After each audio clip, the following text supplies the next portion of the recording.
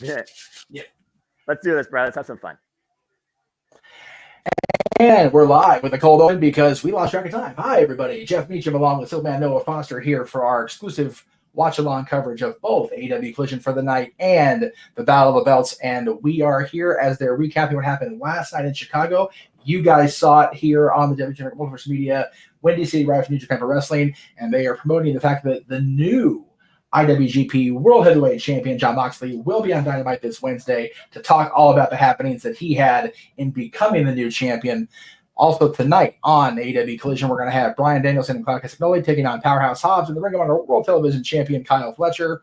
They are promoting that match right now as we are going live. So again, thank you for your patience, everybody. We are sorry we kind of just goofed a little bit. We got to talking. We're wrestling fans. We got passionate about our speech and went, oh shit. Noah, how are you doing today, brother? Hey, hello, Jeff. Hello, JMN Multiverse of Media. It's Saturday. You know what that means. We are here once again, JMN live on the event schedule. Hashtag We're Gonna Die here at the JMN Multiverse of Media as we cover AEW Collision and Battle of the Belts X. And yes, Jeff, I'm looking very forward to covering this with you and going along for the ride with JMN Multiverse of Media too. Hope they enjoy our reactions, commentary, our takes, and our passion as well. And to your point, we had a nice, pre-live chat. I'm looking forward to more of that. Of course, we will immediately proceed into the Saturday shenanigans over Might Night once this 3-hour professional wrestling showcase concludes. And again, good to see you once again. I'm looking forward to all of this. Again, we got Katsura Shibata, which always the must-see for me, against Tiger Style. We got Blackpool Combat Club and Tag Team action. Bryan Danielson ahead of Dynasty. Tom alongside Claudio Castagnoli taking on the Ring of Honor World Television Champion Kyle Fletcher alongside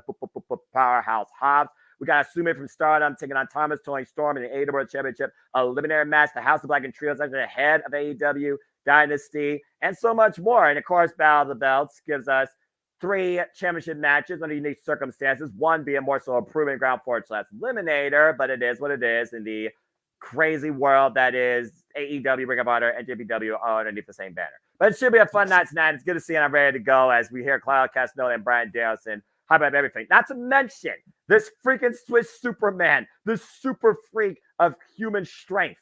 Claudio Castagnoli will be taking on Will Ospreay next week on Dynamite.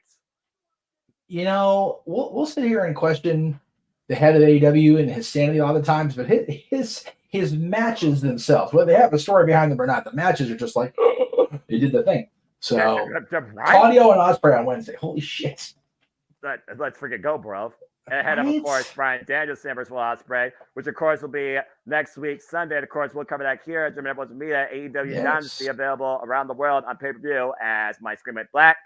And that can only mean one thing. Oh, yes. Oh, yes. As the members of the House of Black, please rise. This entrance of this group, I swear. Yes, exactly. Exactly. That's an intimidating force, seeing Buddy Matthews in the middle and each of the other men inside both tunnels. Face, heel, evil, good, you be the judge. Just know that violence comes forth. What a way to start things off. Right. We are starting hot and, well, I don't know about hot, but definitely cold and dark and heavy as the House of Black makes their way to the ring. Number 5 ranked Trios team, by the way, former reigning AEW Trios champions for 25 weeks. And Malachi Black has also made his intentions known. He wants Adam Copeland's TNT championship. He does. He has made that more than clear, and they're going into Dynasty trying to get a momentum builder in that 6-person tag. Or is it tag or 6-person tag?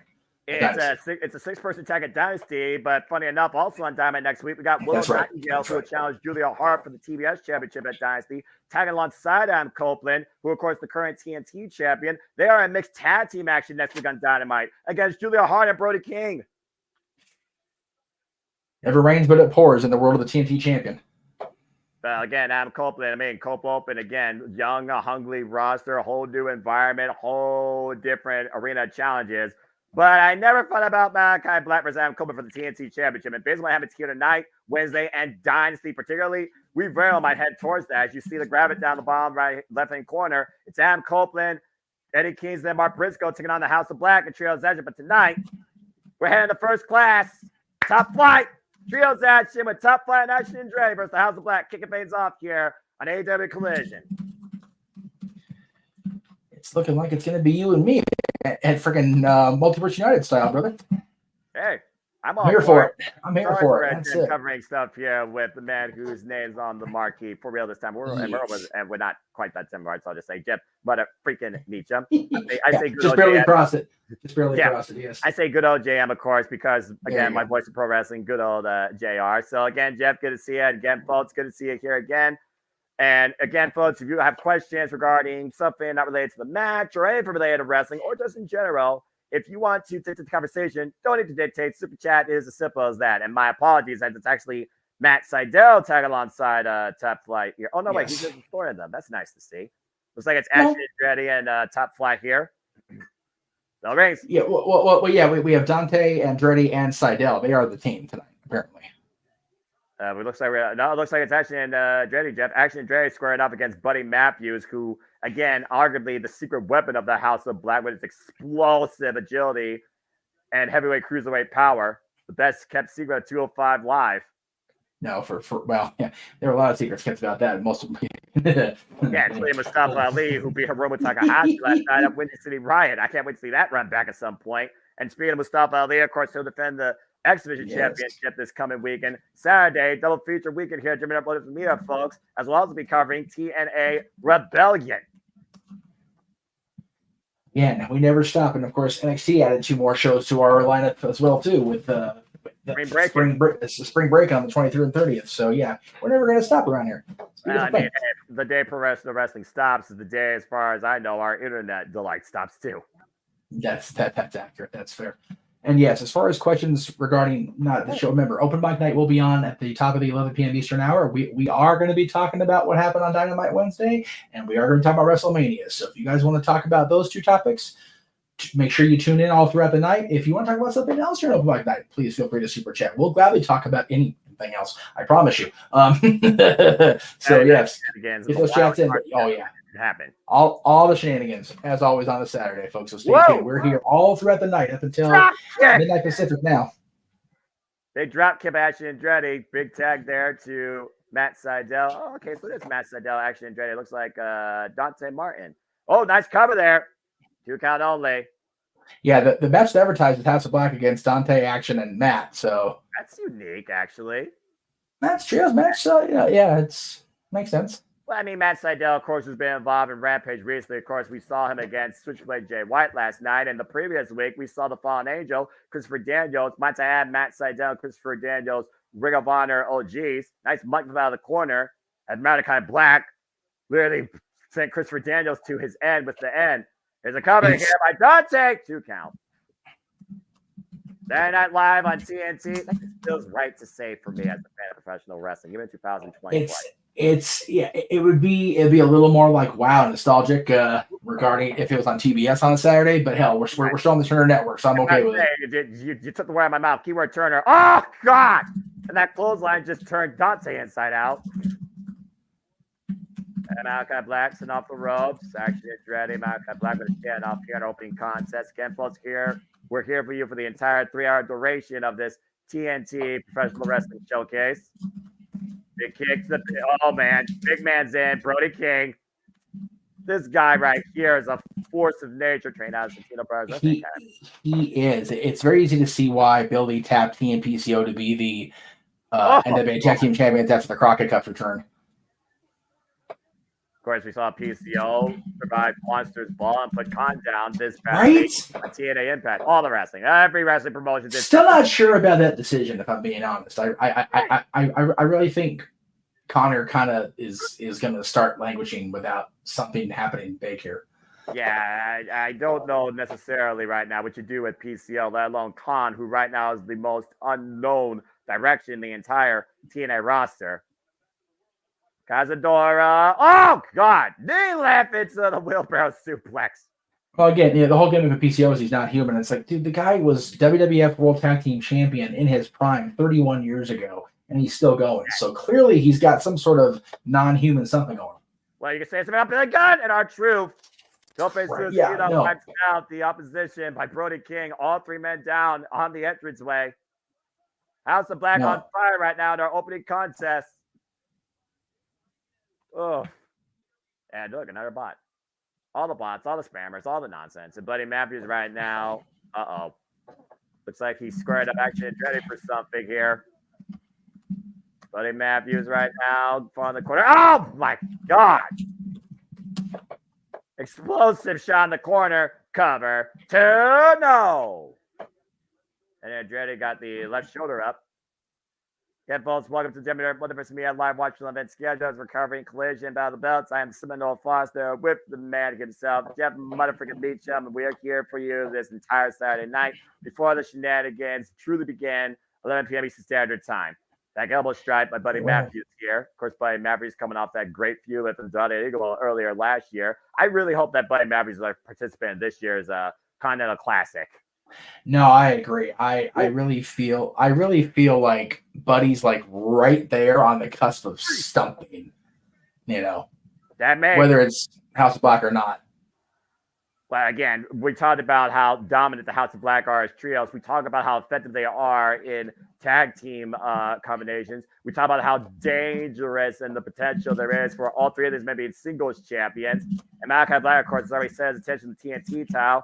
Buddy Matthews, of course, literally has already previously challenged for the AEW International Championship. Malachi Black right now.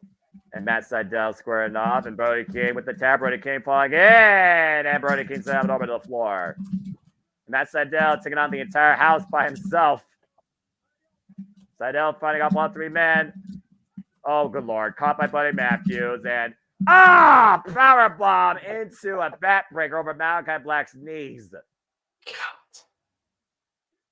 And a cover by Buddy, but a 2 count. House of Black regain control as we go to our first restaurant quality picture-in-picture for the night. Good grief. Yeah, all three members of House of Black are just so explosively aggressive in there. Even Buddy, who what we talked about, he's a cruiserweight, just still has that just aggression and that fire behind him. It's absolutely bonkers.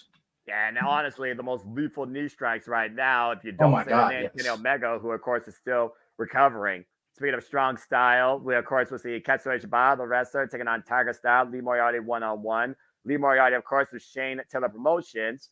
Derek Garcia is going one-on-one against Angelico. We'll see how Red Death handles the Nabe style, of course, of the man with my favorite vibe in all of All Elite Wrestling. To your point, Jeff, the AEW Women's World Champion Thomas Toy Storm in action tonight against Asume. Stardom renewed rivalry here. Yes, Championship not on the line, but it's a preliminary match. Speaking of champions, the challenger of Thomas Toy Storm, La Mare Thunder Rosa, she will speak tonight, especially after the disrespect on Wednesday night. And, of course, in our main event, it's Brian Danielson and Claudio Castagnoli taking on Powerhouse Hobbs and the Ring of Honor World Television Champion, the Protostar Kyle Fletcher of the Don Callis family. And then, of course, we've got Battle of the Belts coming up after that, which will feature three championship implication matches. The Eliminator match between International Champion Roderick Strong and Rocky Romero, the FTW Champion Hook against Shane Taylor, and the Ring of Honor Women's World Champion, the longest reigning champion in Ring of Honor right now, Athena, defending against Red Velvet. So all kinds of craziness going on tonight. And all sorts of promotions represented. Cover 2 by Malachi. 2 count of Matt Sydal to that ridiculous PK kick to the back. Of course, Malachi Black is so lethal when it comes to his striking, but it's that Dutch Muay Thai kickboxing background, though, where he's more lethal in his knees than he is in his fists. No, again, all three of these members of the House of Black have proven throughout their runs in wrestling, be it in AEW or with WWE, TNA, wherever they've gone, that they are lethal strike specialists. That's just who they are, all three of them. And Matt Sydal's on the blunt end of it after Buddy Matthews just kicked his spine all the way up to the roof of this building. Yeah, we're in a restaurant quality picture-in-pictures folks. This trio's action again. As we know, the House of Black will be involved in mixed tag team action next week Wednesday and trios action next week Sunday. As we're back here, AEW Collision, Saturday Night Pro Wrestling on TNT under the Turner umbrella. Yes. Our opening match here, referee, by the way, Rick Knox. There by Buddy Matthews. Knox, of course, goes all the way back. All the roots with him. Yes. Oh, yes. We called him the Kane referee, and he'd always go over the top rope for the main event. Funny or no? He entered the ring like over the top, like putting his foot over the top rope just to walk in like Kane. Always popped as a gorilla. Good stuff. I wonder if he actually could still do that right now based on his age. You know what? Yeah, I wouldn't recommend it for Rick though. That's for sure. Oh, Poison Rana! I recommend that for anybody ever. Yeah, well, 2 moves you said that you don't recommend for anybody. Dragon Screw Leg Whip and Alabama Slammer. Where's the Poison Rana on that list? Definitely right up there, man. Do not recommend. 0 out of 10. Will not choose. No. It's Matt Seidel right now. Critical moment here. Needs to make a tag. Action Andretti and Dante Martin stand ready, though, as Buddy Matthews been taken out to the outside. Malachi Black and Brody King, though, waiting. Oh, Brody King, though, bringing Buddy Matthews back in. Smart strategy. Buddy Matthews is going to try and prevent Matt Seidel making a tag. Or Tad to Malachi Black. We got him. There we go. Tad to Dante. Excuse me. Dante Martin, of course, no stranger to Malachi Black. You saw the one-on-one singles exhibition a while back in Dynamite history. And Dante Martin, again, such a bright upside to this young talent. Good to see him back from that debilitating injury last year as well. Good break the distance off that springboard. The Malachi Black rolled through, hooking Dante up. Whoop, Dante laying on his feet. Face first. Dante with the tickle to Harris and Malachi Black. Oh, a little bit of a stumble there. I think Dante sometimes don't even know how fast and agile he truly is. No, I think his brain and his legs didn't connect there. Oh. Take it off with that drop kick. Malachi Black will ligament the waist slot. Whoa, and Dante on his feet. Damn. The end denied. Step up Izaguri. Takes Malachi Black down to his knees. And Dante with the cover. Inside leg hook and a 2 count. That was good. That was a good choice by Dante there. Rather than wait to hit another move, just try to catch him by surprise there. Almost got hing. And of course, the awareness thing on Brody King out the outside with the tope on hello. Fans right now loving this. Our opening contest here on Collision. Oh! Too much time though. Tad to Ashley Andretti after that head kick. Ashley Andretti and Malachi Black now, the 2 legal participants here. Fireman's carry. Oh! Easy. Knee found smart, though. Irish whip. Does leave the clothesline. Ashley Andretti, the tope to Buddy Matthews. But again, Trace will leave him on here. Jesus. Before you can say anything, freaking boots on out of the corner off our screens. Of course. Yeah, seriously, he came from off screen. What the shit? That's a big man doing that. Again, powerful legs of Malachi Black with that single leg kick. Front face slot, Tad to Brody King. Big man's in. Brody King, of course, who impressed everybody during the Continental Classic, really stood out during that entire field of world champions. He has stood out since the advent of AEW and his involvement in NWA early on. He has just impressed me on levels. Whoa! Wow. Nice trio synergy there with the super kicks. 3 for 1. Brody King finally goes down. God damn, took 3 super kicks simultaneously to take that big guy off his feet. And pop-up knee strikes to Dante's face from Buddy Matthews. Meteora by Matt Seidel. Yes. Oh, people going for broke here. Now I got that just took Matt's heads off. God damn. That's a Jetty springboard lariat. Discus clothesline. God damn. Going to go get his head out of the 5th row. And Brody came with the cover and Action Andretti too. Watch Dante! With a big save, throwing his own body at risk with the splash to Brody King, breaking up the cover. All the high spots. And possible internal injuries. It's like, if you listen real close, you can hear the pop from Meltzer in NorCal. Well, right now you're hearing the people chant AEW here. Yes. And rapidly so, again. All 6 of these men leave it all out here, setting the pace for the entire 3-hour duration. Yeah. God bless these fans sitting here having this, car wreck around in the first match, the first 20 minutes of the show. Well, again, though, this is a huge opportunity for Top Flight Action. No, I mean, if they get a win over the former Trios champions, that could put them in Trios title contention. It absolutely could. 450 splash by Action Andretti. Cover. Oh, Lord. Almost. Only a 1. Wow. Yeah, not almost. Just kidding. Sorry, I'm a little bit behind you. If I attack. I don't know what you got to do to keep Brody King down, but Matt Seidel thinks he's got something. Meteora denied. Are you kidding me? Oh, God. God, that's just a big man sandwiching in the corner. That's just not going to end well for your internal organs at all. Oh my God. You see what's happening in all three corners outside Matt I Sydal, do. right? I do. Oh! I see the end of Matt Sydal is what I see. Yeah, freaking cannonball and double kick, both side of the head, cover, 2, the house always wins. Jesus. Just like that. Man, they let those boys play around for a few minutes. Is what happened there. They gave him false hope.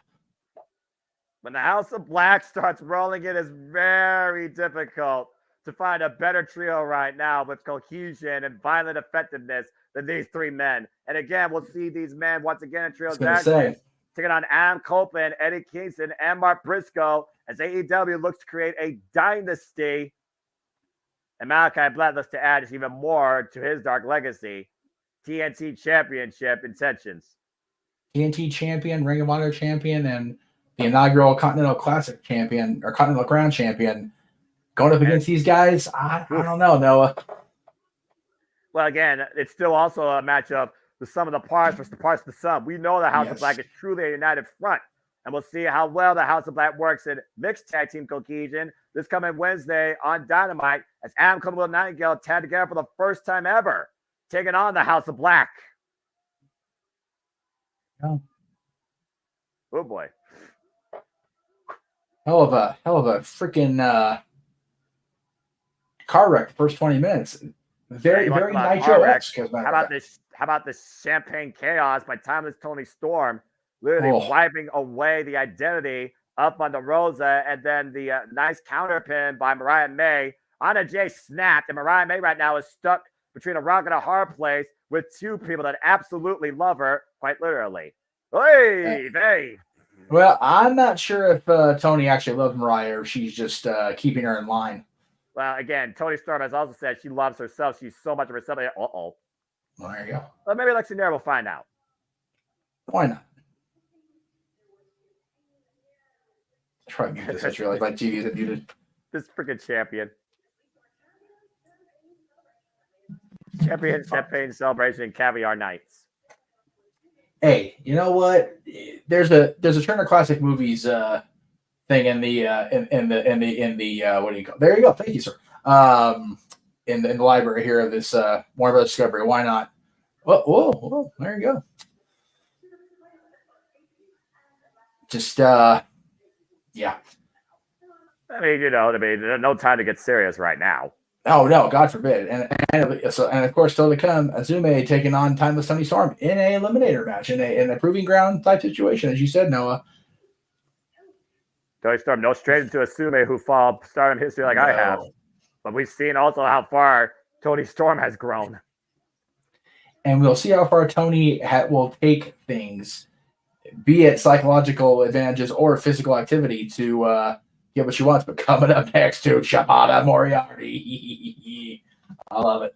I still truly don't know what to make of this bizarre love triangle with freaking Tony Storm, Mariah May, and Mina Shirakawa. For those that don't know, Mina Shirakawa was Mariah May's original teacher in Stardom. They were Rose Gold, former Stardom Tag Team Champions, Club Venus forever, Rose Gold forever. But of course, Mariah May came onto the AEW scene. Thomas Tony Storm took her underneath her wing to the point she sees her as her own protege, a former identity of herself, which is why she wears the Motley Crue attire and comes out as Tony Storm. But again, does Tony Storm love herself more than Mariah May? And is Mariah May right now showing more love towards maybe the wrong individual here? Mariah May with so much promise, but at the end of the day, with the forbidden door again always open, you gotta imagine Mariah May is going to be left with a choice sooner rather than later. I want to take time. Well, we have a full commercial break over on TNT to thank everybody in the chat room and on the outlets. Every outlet we have active right now has at least one viewer, so we appreciate everybody out there watching along with us. Even though you guys weren't able to watch it on TNT, we appreciate you watching our coverage as well, because the TNT crew is actually pretty good on Saturdays. We appreciate you taking time to be with us too. Much appreciated on all fronts there. Yeah, really appreciate it. And again, I mean, Tony Schiavone, I mean, who would have thought I would hear voices like Tony Schiavone calling professional wrestling in 2024? No, and that's fair. And we'll definitely be talking about Tony Schiavone later on during open mic night, as well as other people within AEW and reactions to what happened on Wednesday. Again, it's not a pleasant thing, which is why we're starting right at the top and just getting it out of the way, because WrestleMania was such a beautiful week last week that we're definitely going to focus on that in our main event, and it was just a delightful experience. Like I said, this last week in professional wrestling truly defined why we love this business so much across all fronts, and how strong it is when it comes to collaboration, competition, and cooperation. Whether it was GCW Bloodsport, whether it was Ring of Honor, whether it was NXT, whether it was WWE, that definitely came out all guns a-blazing and swinging, ushering in the genesis of a new era, the Paul Triple H Levesque era, now defined by professional wrestling. There's never been a greater, more wild time to be a fan across the board. And we're talking about AEW right now, Noah, but a new era for the Bloodline last night. So exciting! I saw. I know you saw. Jimmy Uso saw too. Yeah, right. The freaking other son of Haku. Dude, what the hell? Yeah, he's the blood nephew, the adopted son of Haku. Now we're messing with Haku's family, dude. I am not up in this. We are not ready for this. Here's a wilder question: is Rikishi pissed off at Haku? Right. So I mean, there are so many threads we can take. Well, again, you want to talk about different takes. How about that take that Chris Jericho did when he felt that Katsuyori Shibata disrespected him with that miscommunication, took Hook down to basically tell Hook what happened, and cost his team in the process? I've been waiting for this Jericho Hook thing to kind of go a little sideways. So hopefully it's like I like Chris. I do. I always will. I always have respect and love for him. Oh, here we go. Speaking of Chris after Dynamite. Oh Lord, he's bringing a Taz. He's going to his pop, dude. He's snitching to his papa, dude. That's low shit. Say he's trying to do what's right for him. Look at Taz's face and everything. I don't like Taz. This is great.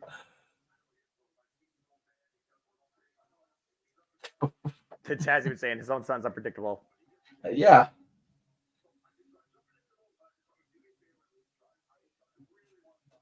I want to see Jericho be HW champion. Just to have Jericho have another thing on another notch on his belt. Well, I guess Taz again brokers a meeting with Chris Jesus Jericho and Hook. Oh no! This has disaster written all over it. This is gonna be one of those, like, it's gonna be a beautiful disaster, because Wednesday needs a little bit of more, like, compared to last week. But that's gonna be fun to watch, and this will be interesting. Hook and Shane Taylor for the FTW Championship tonight on Battle of the Belts. But coming up right now, oh boy, Lee Moriarty and Katsuyori Shibata. Good grief. Tiger Style versus the wrestler. Again, it was Lee Moriarty that pinned Shibata using the Fang after Shane Taylor dropped Shibata with a right hook. Yep, this is all a continuing thread from this story with Jericho and Hook. So, Shibata ain't wasting no time. He's going to the ring. Shibata is not messing around. No. Katsuyori Shibata, one of the most recognized, honorable, respected, and lethal individuals in the professional wrestling industry, literally adorned by his namesake, by Antonio Inoki. Of course, former Ring of Honor Pure Champion, multiple time, never overweight champion. There arguably is nobody more defined by the word wrestler than Katsuyori Shibata. I'm hard pressed to find it in my fandom, no, that's for sure. Then you got Shane Taylor, who has, unfortunately, since the acquisition by Tony Khan, it's kind of flown under the radar within the Ring of Honor AEW family. But man, he's starting to come back into his own again, and bringing out Lee Moriarty here for this one-on-one contest with Shibata. Well, you guys got to think about Shane Taylor, and he's actually created a lot of opportunity for himself too, as well, in and out of Ring of Honor and AEW. I mean, you think about the wars that Shane Taylor been in. He hung one-on-one with Bryan Danielson and John Moxley. He and Shane Taylor promoted that feud with the Blackpool Combat Club, and now he's literally leading a young guy with so much potential, the likes of Lee Moriarty, into battle against Katsuyori Shibata. Well, is he leading him into battle, or is he leading the unfortunate land of the slaughter here with Shibata? That'll be the question we got to get answered here in this next match. Referee Paul Turner for this contest. God bless him. And Paul Turner, arguably one of the most senior officials right now, still going in wrestling. Yes. So we got the governor recently coming back, by the way, at Go on commentary. How about big man rumble? Shane Taylor's MO. Shane Taylor, one of the baddest men out of Cleveland, of course. Former Ring of Honor World Television Champion. Shibata cover. Back.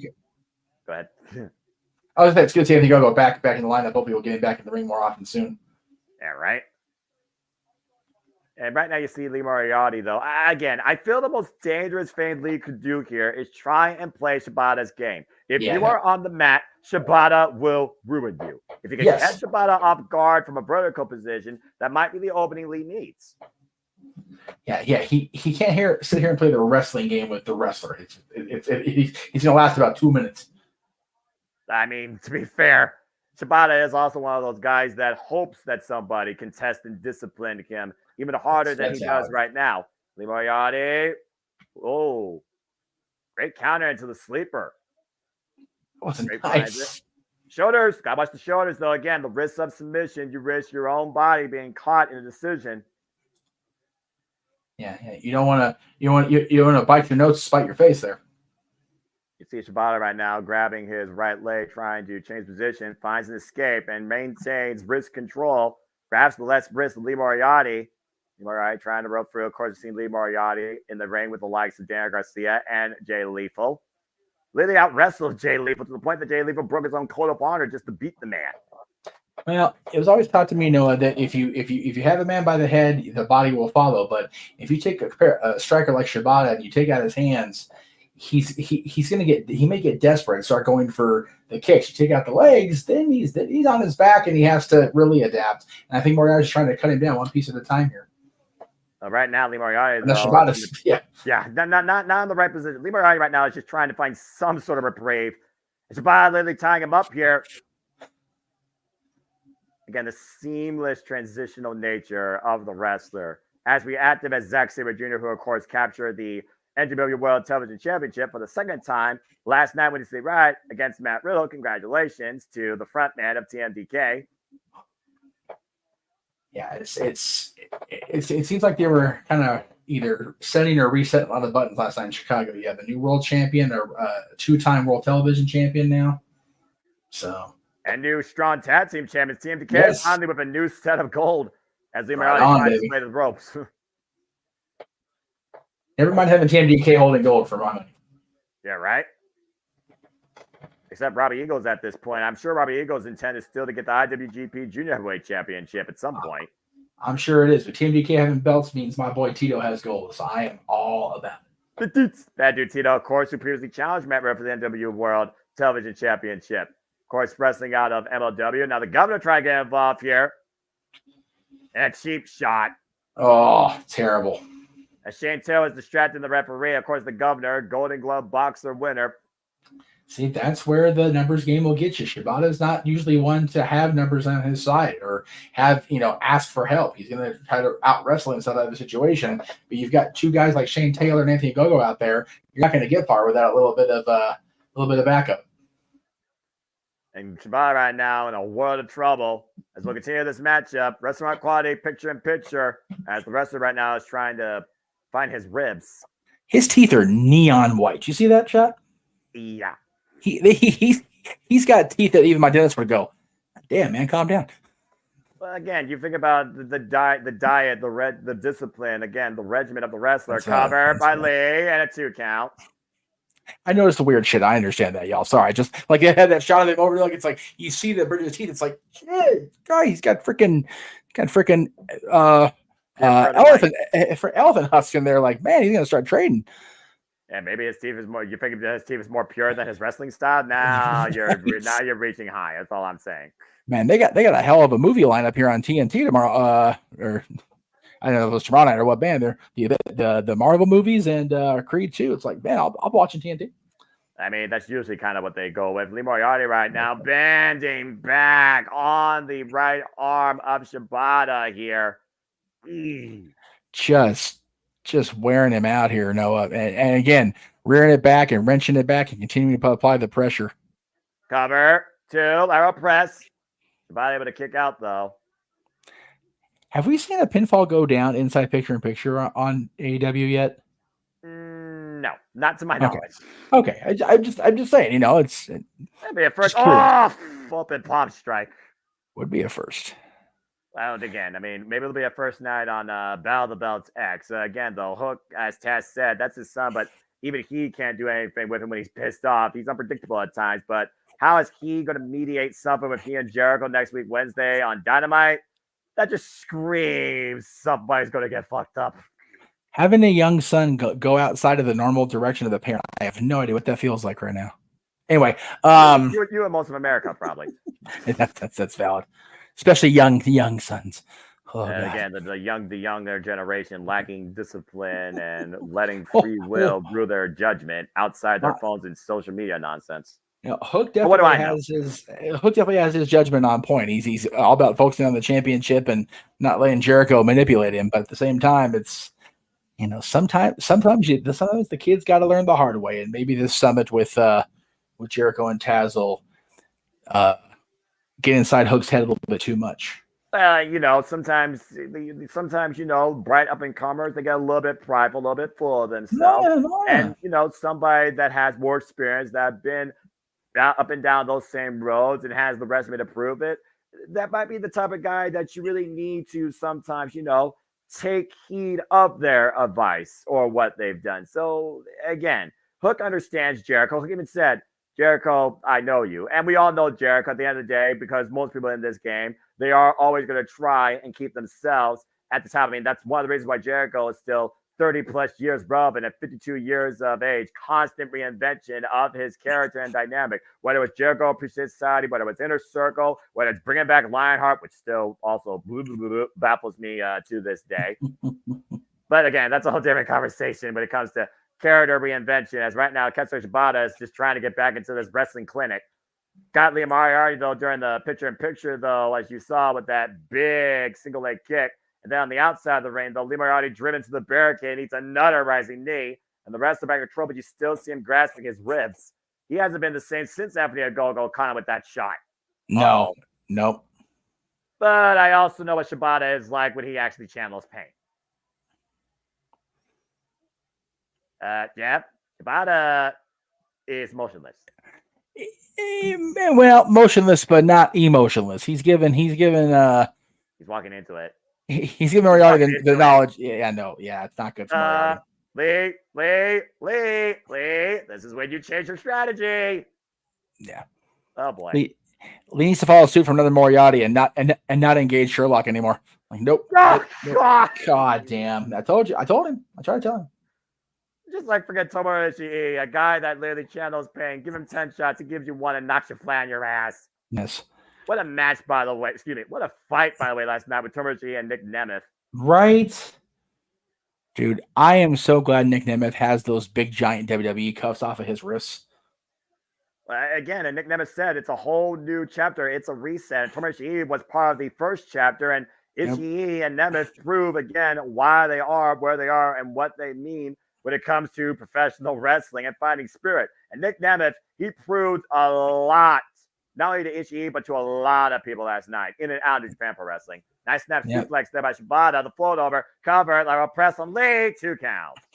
Yeah, I definitely don't see him winning the TNA World Championship, but it's going to be a hell of a match with Moose next week.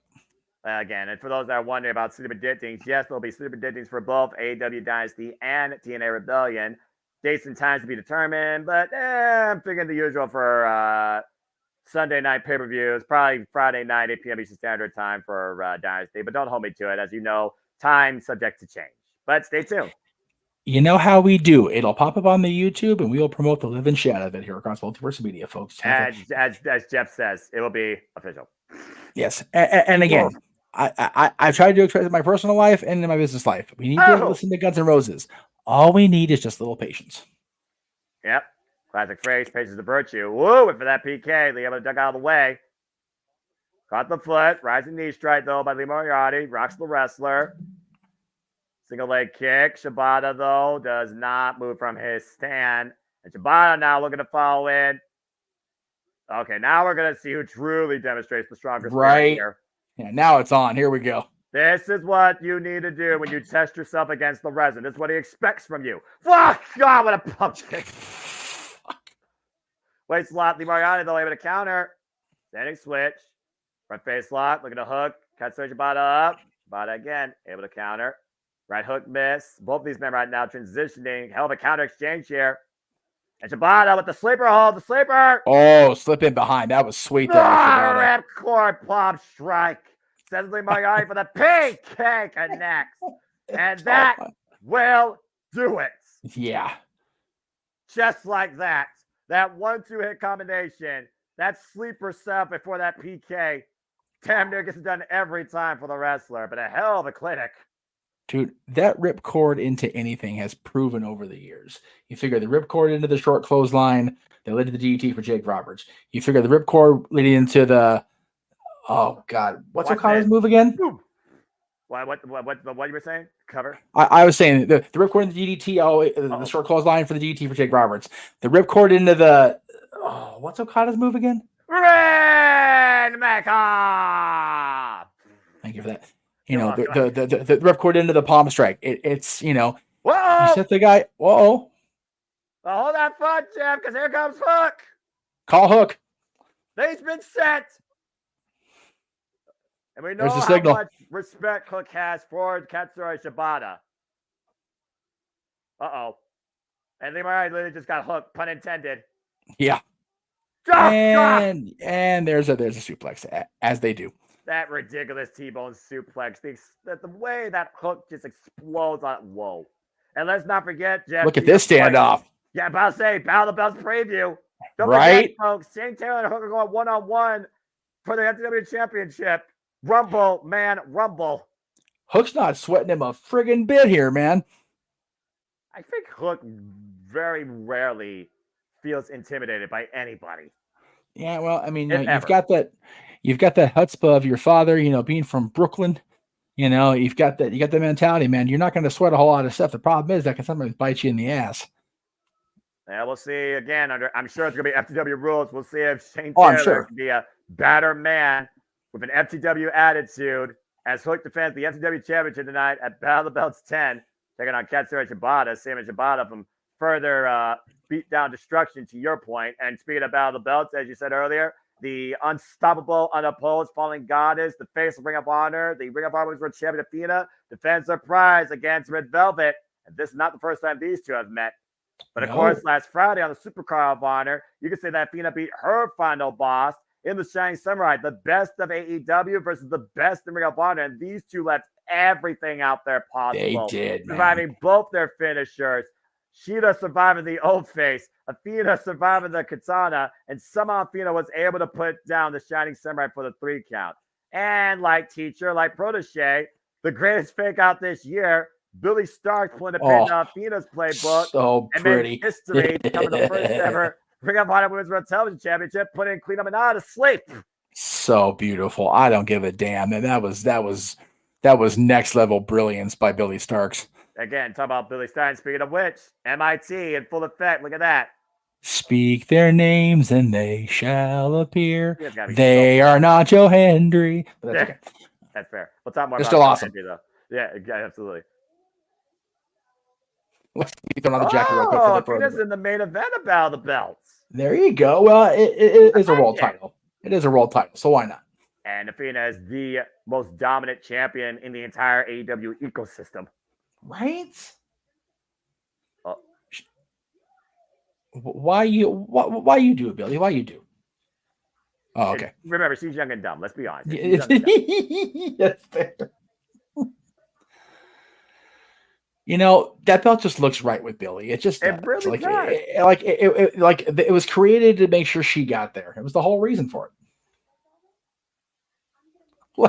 He's just like, I got my jacket on. I'm doing my thing. And let's see there. Constant professional. Oh, bonus match coming up next. We go to full commercial break. Well, that was fun to watch. And yes. Again, anytime I see the wrestler demonstrate his craft, it's a good night for me as a fan. That was a damn good match. But man, think about women's wrestling. Last weekend, we had Shayna and Matcha at Bloodsport, which was just brutal. We had both women's championship matches at Supercard of Honor. We had Bull Nakano going to the Hall of Fame. We had the great women's championship matches on both nights of WrestleMania.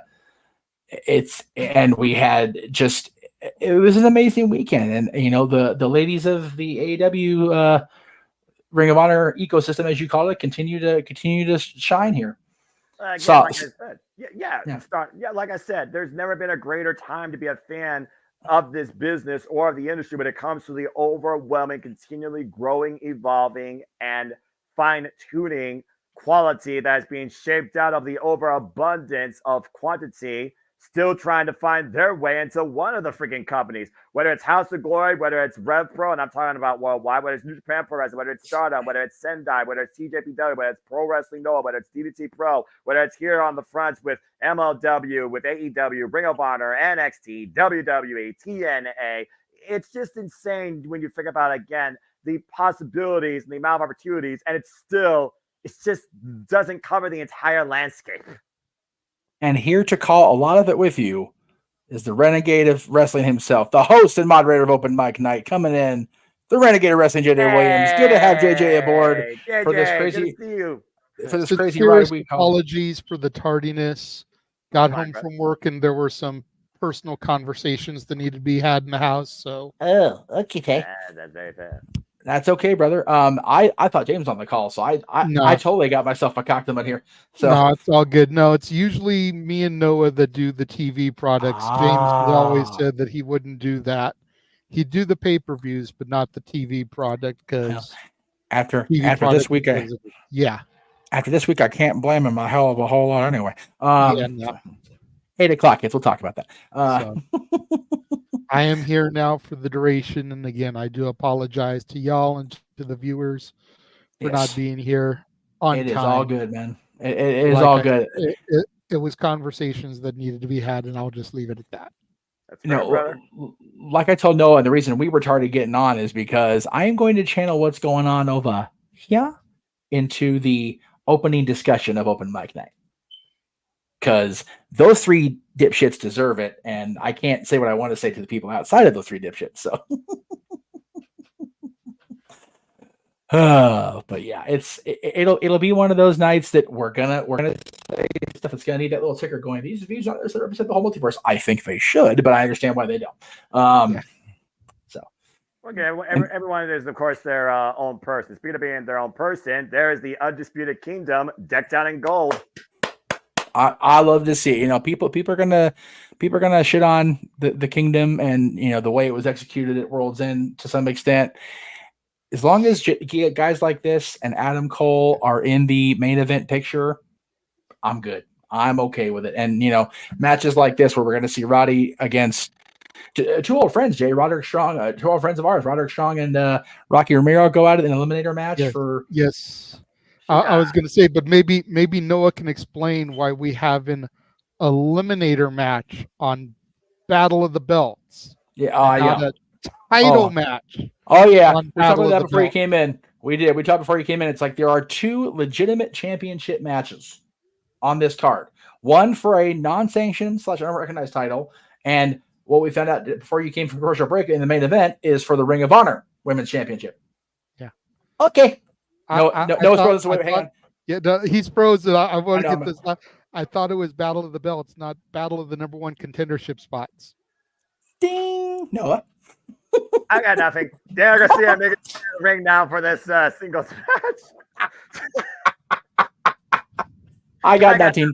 I don't know what the fuck to do. Daniel Garcia dancing makes more sense than the booking of Battle of the Belts. I'm just saying. On the regular. Stop me when I'm telling lies, Noah. No lies detected. Even I support Derek Garcia with how close this man was in winning the TNT Championship. And there you see a guy that truly has taken underneath his wing, led by example as well. Matt Menard, of course, on commentary. Derek Garcia said he will fight 1,000 times over from the bottom to the top just to hold gold in AEW. And tonight he's got a huge chance to prove it again, going one-on-one against Angelico. Poor Shivani's still not smiling. Well, gee, I wonder why. Yeah, I wonder why. It's been a tough week for the vibe out why Shivani, tries to gather himself here. Slightly off topic here, but does have to do with wrestling as a whole. Go for it, brother. I was this close, Noah. I'm frozen. Oh, you are? You weren't I am frozen for on my us. You weren't frozen for us. We can hear you and see you. My screen is frozen. You see Weird. me okay? We- Okay. we there see we you go. perfectly We see fine. you waving, you in Now, Victorville. now I'm actually seeing motion on my end, but the entire Okay. screen, it wasn't just me. You guys were frozen too. Oh, There- But anyways, Anyway, I yeah. was this close this Thursday, sir. oh, See how close that is? This Yes. close Yes. to messaging you with those words you've been waiting to hear from me for so long. what happened? Why you I was not? Why you that not? close. Come Why on, you not? JJ. What more does he need to do? Come to the dark side. Actually no. For Joe, it's the light side, but they have decent cookies. If he wins at Rebellion, will you believe? I just might. All right. I you heard it just here. might. That's it. Put You it heard to that you here. this way. I actually went to the TNA website and looked to see if there was a shirt for him on it. And there Yes! was. His logo, that we Yeah. always throw up the graphic. Yeah. But that's how close I was, sir. Because that Fresh Prince shit that he did That's so good. Oh my God. was some of the most entertaining shit that I think I've ever seen or heard since the original rock concert. And he just did that straight on the fly, man. That was so brilliant. Oh, Whoop, that's wrong one. good pinning maneuver here by Dan Garcia. Nola. Nice stalemate there. Daniel Garcia standing tall. And how to go right now. What the Jen, shit? Jesus Christ! going What is down happening? I hate this computer. I'm sorry, guys. Give me a second. It's all right. I tell you about Chromebooks. Try to make a ha-ha. Hey, we're all having fun here. We're all the haha. The dads always on wrestling like to share ha-has too. Great list by women. You're talking about the 10 greatest women's WrestleMania matches. Thank you. Looks like we're getting more dates here. We got There we go. Allentown, Pennsylvania. That's a different market for the PPO Home of the Center. Nasty Boys. God help. And Billy Forward. he kick his ass along with David Flair Kidman. Right. And it I looks was like going to say, I thought Allentown was the home of Nice job. Kidman. Yes. Go ahead. Yes. 2 count. Yes. And Well- what were you saying there, JJ? I guess it depends what company you're looking at the Nasty Boys, because they were from Allentown, Pennsylvania, booked in WWE, but when they were back in WCW, they were called New York City. It's like, I don't know. Well, the geography, right? U.S. geography lesson in wrestling. Does that really add up? No. Well, I mean, Well, it's like WCW the booking. Dudleys. Yeah. They were from Dudleyville and ECW and WWF, but wasn't Bully from Hell's Kitchen Yes. and TNA? Like, Yes. Yeah. what happened to Dudleyville? Did it get renovated? Did it fall off the map? What's happening here? Well, what are the rules? Nice backdrop suplex by Angelico. I'm losing my mind, but I still have my vibe. That's right. That's right. Speaking of which, we'll be going to Buffalo, New York, the home of Daniel Garcia as well after out in Pennsylvania. Or, PA, Pennsylvania. Double leg takedown. Uh-oh. Garcia stepping over. Looks like he's going for the figure 4, Noah. And he's got it synced in deep. And then Helico right now. Shoulders down. Referee Mike Posey in perfect position. Yeah, I mean, you might as well pressure. give Buffalo Daniel Garcia, because otherwise you get the Bills and the Sabres, and it's like Well, I mean, Daniel Garcia, the last time he was in Buffalo, New York, he won the Ring of Honor championship with Utah. Yeah, a champion that wins in Buffalo. See, the Sabres and the Bills have no idea what that is. Damn. And he's now, not lying, but he's not wrong. Yeah, right. And Helico trying to reverse the pressure. Dan Garcia, they'll turn him back over. Both these men right now jockeying for position in the middle of the ring. And he's not letting go, JJ. Now both men rolling. And both men find the way to the ropes. Force the break. Yeah. Buffalo Bills, 4 straight 90 Super Bowl losses. I'm just throwing it out there. Damn. Yeah, they suck. Well, we made it to the championship game. Yeah, and you choked on it. Well, I mean, hey, at least they keep trying, it sounds like, as Dan Garcia keeps trying. Give him the cake. Give him the cake, JJ. Going back to Leo once said, if at first you don't succeed, dust yourself off and try again. Oh! Now, I'm of the philosophy of if you first you don't succeed, continue to succeed until you learn how to succeed. Or or just throw a right hand to the face. That's valid too. Ooh, kick to the midsection. Dan Garcia with the face lock. Also effective. Twist and shout. Let's just move out Hiroshi Tanahashi's playbook of sorts there with the swing of the dice net breaker. But you see Garcia grasping that knee to your point, JJ. Yeah, seems to be smacking, trying to get some feeling back into the leg there. Yeah, well, again, hyperextending those tendons in the knee, that literally ties up your entire leg. And we know how dangerous Angelico is if he applies that Navarro death roll, which of course applies pressure to the leg. Double underhook. Double underhook suplex. There, Garcia right now trying to get back into this bout without dancing, which I can appreciate.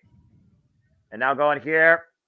Big shot in the corner, forearm shiver. Der Garcia up on the ropes, teeing off against Angelico. And again, JJ, we kind of thought that Der Garcia's chance was going to come at Revolution. And I do think there's still a big chance he could become a champion before the end of the year. All right. Well. Oh, God. I was going to say something, and then he did that. Well, it's the pelvic thrust that really drives him insane. Oh, so many thoughts right now. I mean, after all, it is just a jump to the left. And there Garcia. I will not succumb to this. I will not do it. For the Saito, I will hold my place as play-by-play commentator. I will not break. Damn it, Jeff! You're supposed to help me sell it. I did it for you. No, because I looked at the screen at the wrong time, and all I saw was Garcia thrusting his Angelico submits. All I saw was Danny thrusting his pelvis into Angelico's face. I did not need to look at the screen at that time. I am traumatized on a Saturday. I will not support this time warp bullshit. I refuse. Great win for Daniel Garcia here. Matt Menard said it best after Revolution. We will live and die and fight 100 times to get towards the promised land and claim an AEW championship. Daniel Garcia, great form of momentum here tonight against Angelico. Great singles win here on Collision. But what championship do you have him go for? The TNT championship held by Adam Copeland or the international championship currently held by Roderick Strong? But hey, none of that matters because Rocky Romero's in the eliminator match. He has to qualify tonight, Jay. But to your point, JJ. How many eliminator matches have you seen where the person in the match actually wins the match and qualifies? Exactly. Noah? I got nothing. Yeah. I think the last time we saw somebody win an eliminator match was the same time we saw a title change on Battle of the Belts. So the first one? No, I think it was number 3 it was where number 3. Guy lost to Sammy Sammy Guevara with the whole title. TNT title debacle. I was also going to say, Jay, you named 2 singles championships. Let's not forget, Kazuchika Okada has singles gold. The Continental Championship. That's but of right, course, I forgot about that because it's still kind of newish. If Garcia beats Okada for the Continental, I'm going to have an aneurysm. I'm going that ain't right now. I'm sorry. Think about this. Think about what it means for the guy that beats Okada for this championship, and the fact that Pac right now believes he's the guy that could do it next week Sunday. If Okada loses while he's still part of this new super trio of his, I'll be the first one to lead the parade down the street that it happens. Because as long as the bastard here's got a better shot than Danny Garcia.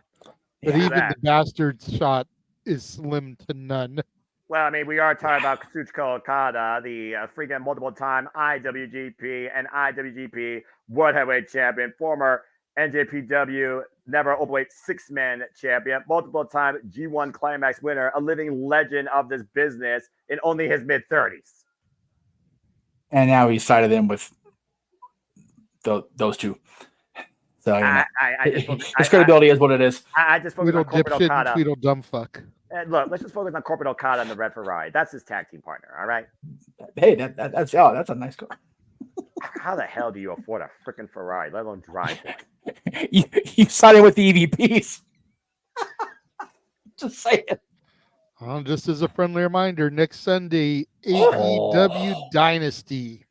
This should be a barn burner right here. I cannot wait for this show and this match, JJ. Let's fucking go. Dude, Okada and Pac. Go ahead. I was gonna say Okada and Pac and Ospreay and Danielson. Like, they've got my money. Like they've already got me committed to this show. I was gonna say, oh damn it, those who shall not be named until 8 o'clock, notwithstanding, pretty much every other match on this card has my interest in some way, shape, or form. And pretty much every match except for the trios match, JJ, It's for a championship, including Yeah. Timeless Toni Storm, who would defend her AEW Women's World Championship against a person that never lost it, La Mera Mera Thunder Rosa. And let's not forget, the very first Forbidden Door, Toni Storm lost to Thunder Rosa when the AEW Women's World Championship was on the line. And then the women's match that I am most looking forward to, that for the TBS Championship, as the Princess of the House of Black, Julia Hart, defends against my girl, the Spunktastic Willow Nightingale. Yeah, I'm sure that the smiles maybe wiped off somebody's face come next week Sunday, but Thomas Toni Storm tonight to make a statement. And the winner of that match has to face the debuting Monet. So it seems right now, but debut match. The CEO was assaulted in her office. Oh, Anna Jay, hello. Anna Jay, of course, who has made it very well known that she believes that Mariah May, Toni Storm, Mina Shikawa, they're all stupid. All they're doing is taking this for nonsense. They're just joking around when it comes to the AEW Women's World Championship and moving ahead. Asume right now, alongside Anna Jay, they're looking to try and move ahead in AEW as Asume makes her AEW debut. For those that don't know, Asume is known as the daughter of High Speed, two-time High Speed champion, 9 years of wrestling experience, all in Stardom. And the Stardom style is very well known to that of the Timeless One, as well as her cohort, her minion, if you will, her partner in crime, Mariah May. And of course, Mariah May got the win last week Wednesday on Anna Jay via here we go. The Gory special. Oh boy. I mean, I wouldn't mind this turning into a tag team match, to be fair. Okay, I'm not trying to be funny, but this girl is like short. Yeah, she may be like short. I think Rey Mysterio might actually be her same height. She's 5 foot, JJ. Okay, so Rey she's like shorter than Rey. Yeah. On her. Yeah. Toni Storm looks like a giant compared to her, and that is saying something. Yeah, she my mama's height. Eliminator match here, of course. As Asume wins, she will get a future shot at the AEW Women's World Championship. Oh, look at that. An eliminator match that's not on Battle of the Belts.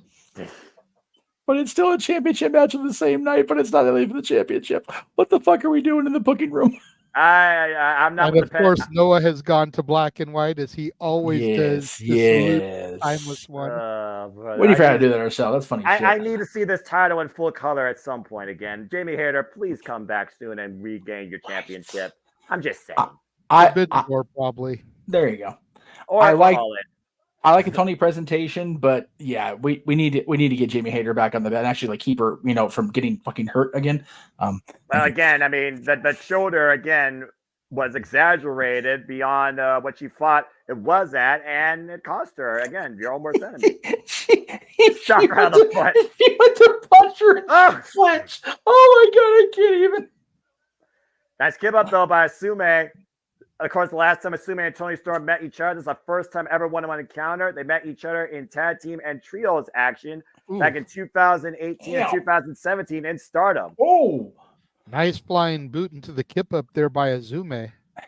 And if you don't know Asume, you need to go watch Ring of Honor and watch her match also last night at Windy City Riot. Yes. Taking on Stephanie Valkyria for the NWW Strong Women's Championship. Incredible match, but Stephanie's still the champion. Now challenged by Alex Windsor for Resurgence. Yeah, I am not familiar with the Asume whatsoever, but I did start to watch your guys' coverage of Windy City Riot last night just before I went to bed. So that is why I've gotten the pronunciation of her name down so good after watching James botch it so many times. I'm proud of you, brother. You done good. Thank you. I did do my homework. Do your homework, bros. Toni Storm, of course, for those that don't know her Stardom history, she, of course, was a former Stardom Association champion. Hip attack. Nasty hip attack there. I don't know if I'd call it nasty. Most people would line up for that, but I digress. Oh, wait, man. Queen Slam out of jam. Mariah May on the outside. Oh, man. Yeah, no. Where's Joey Styles when we need him? Again, Anna Jay no love lost into what happened on Wednesday when Mariah May literally escaped with the win. As both these women are fighting backstage. Asume is still down, by the way. Yeah, no. A nasty hip attack would have been last night on SmackDown. That's fair. I wouldn't know. I still haven't seen it. But you know what happened in the segment I'm talking about. You said so. I'm sure the young boy probably spoiled it, and JJ already probably disciplined him virtually. But we'll talk more about that during our Saturday Night Shenanigans. He Sume on the definitely apron spoiled right the. now. Oh, Oh, Jesus. oh, It's God good. damn. Right up through the Right. uprights. Tony's eyes This tell the match- tale there. We'll continue in picture. Good Lord, what a kick. I'll tell you what, guys. When For Azumi real, walked though. out there, she looked at her face, looking at Anna Jay like, I'm gonna fuck this bitch up, and she is doing it. Yes, she is. Well, Anna Jay's adopted again. Anna Jay's tired of being overlooked by what she feels is just a bunch of, portrayed stars that are carrying themselves as in-ring competitors. She's tired of shenanigans of Mariah May, Toni Storm, and Mina Shirakawa for that matter. All That's three of valid. them that Anna Jay has 8 losses against now at this point. And it looks like later on tonight we will hear from Thunder Rosa, the challenger to Toni Storm's timeless title. I don't know if you saw the exclusive, JJ and Jeff, but Thunder Rosa gave a warning to Toni Storm. If you think the person with the paint's dangerous, you haven't seen anything until you've seen the person without the paint. I think Toni Storm may have woke up something she may regret. I'm looking forward to this one too. The American Dragon. Yes. And the Swiss Superman taking on Powerhouse Hobbs and Kyle Fletcher. That's our collision main event, brother. And think about this, JJ. Next week, Clara Castagnoli is going one-on-one with Will Ospreay on Dynamite. Yeah. Yeah, the lead into Ospreay and Danielson is Ospreay and Claudio. Like, hopefully they don't throw that match after a Tweedle dipshit segment. I was going to say, we may get pretty hot and heavy in AEW tonight, but as far as match quality, they've still got me. Because Claudio and Will, I am here on Wednesday night for that shit. You're damn fucking right. And Toni Storm ragdolling Asume by her hair like Bull Nakano, latest addition to the WWE Hall of Fame. My biggest problem with this week, and I think you guys will attest to it, and it doesn't give too much away for what we're going to discuss later. I just feel like the entire energy of the program was sucked out of the arena after the video and the Ospreay segment. I'll agree with that. I don't think any of the matches were able to live up to their potential or get the crowd or the viewers really back into it because everybody was focused on what had just transpired. I'll 100% agree with that. No, I'm not going to argue against that.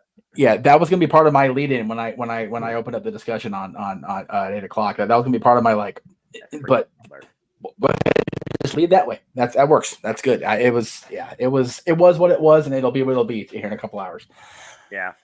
And by the way, Toni Storm, also a former World of Stardom champion, the richest prize of Stardom, the red belt. She held that for 258 days. Mariah May got her hands on that too, did she not? What's that? Did Mariah May get her hands on that as well? No, she got her hands on the tag team championships only, alongside Mina Shirakawa as Rose Gold. I knew about the tag team thing, but I thought she had followed in Tony's footsteps and gotten the main gold or some other singles gold. No, in her short time in Stardom, she was only a tag team champion. But again, 99 matches in a single year.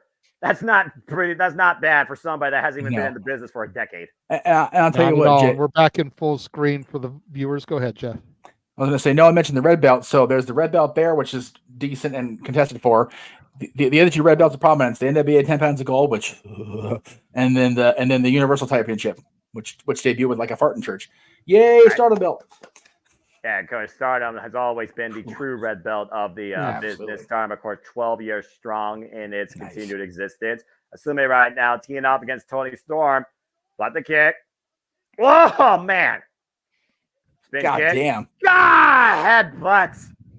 Taking up and around. Drop down face first. And Asume falling up another big head kick and both women down. Yeah, I was going to say, look at how much that took out of Asume as she collapsed after delivering that kick. She can't even capitalize on her opposition. Look at it again. Bam! Bam! Man, 9-9. Good grief. Yeah. 9-9 for both of them. Well, yeah, the problem with Tony's headbutts, JJ, with somebody like Azumi is that instead of headbutting in the chest, she's headbutting him in the jaw. For real. I think Australians are more lethal at headbutts than the British people. Uh-oh. Oh, God, yes. And look at this. Innovative suplex there. Yeah, fisherman suplex. Hook stuck there going, fuck, can't use that one. He's got the T-bone. Asume, though, going to the top rope where she's most comfortable. That's a lot of distance to clear, though. Asume looking for the double stop. God. Right for the heart of Tony Storm. Cover 2. No. Man, Looking that more like a drop kick than a stomp, but effective nonetheless, as she Yeah, did yeah. get the full impact. Yeah, she's got the full force of that. Watch the replay to your point. Watch Ba-na-na-na. where she lands. Ooh. I think from that far she gets full impact. She may cave Tony's chest in. That's a problem. But you're able to counter. And Toy Storm hooking her up. Oh, planted. Cover 2. No. Man, that was close. That was close. Good Lord, the height on that power bomb. Tony is not having this kick out nonsense. And Looper apparently might be a little bit worried at ringside. Damn Butler. The waist lock. Tony Storm right now trying to rip Asume off the ropes and send her for the ride. Asume, low center of gravity to her advantage. And Asume might be looking for that. Asume roll, cover 2. Oh! Whoa. She's Almost won had her countless there. matches with that modified roll-up. And with that kick again, Toy Storm able to scout That it. Toy wrench. Storm Oh, with the suplex. Jesus. Ah! I think she dropped her on her head. There was no getting out of that suplex. That's about uh-oh. Oh, boy. JJ, I think your time is chance ready for a close-up. Lights, camera, action. Ah! Damn. The hip attack and hook her up. Storm 0. Uno, Over. Cover dos, 2. tres. That's a wrap. Damn. Toy Once Storm that hip- wins.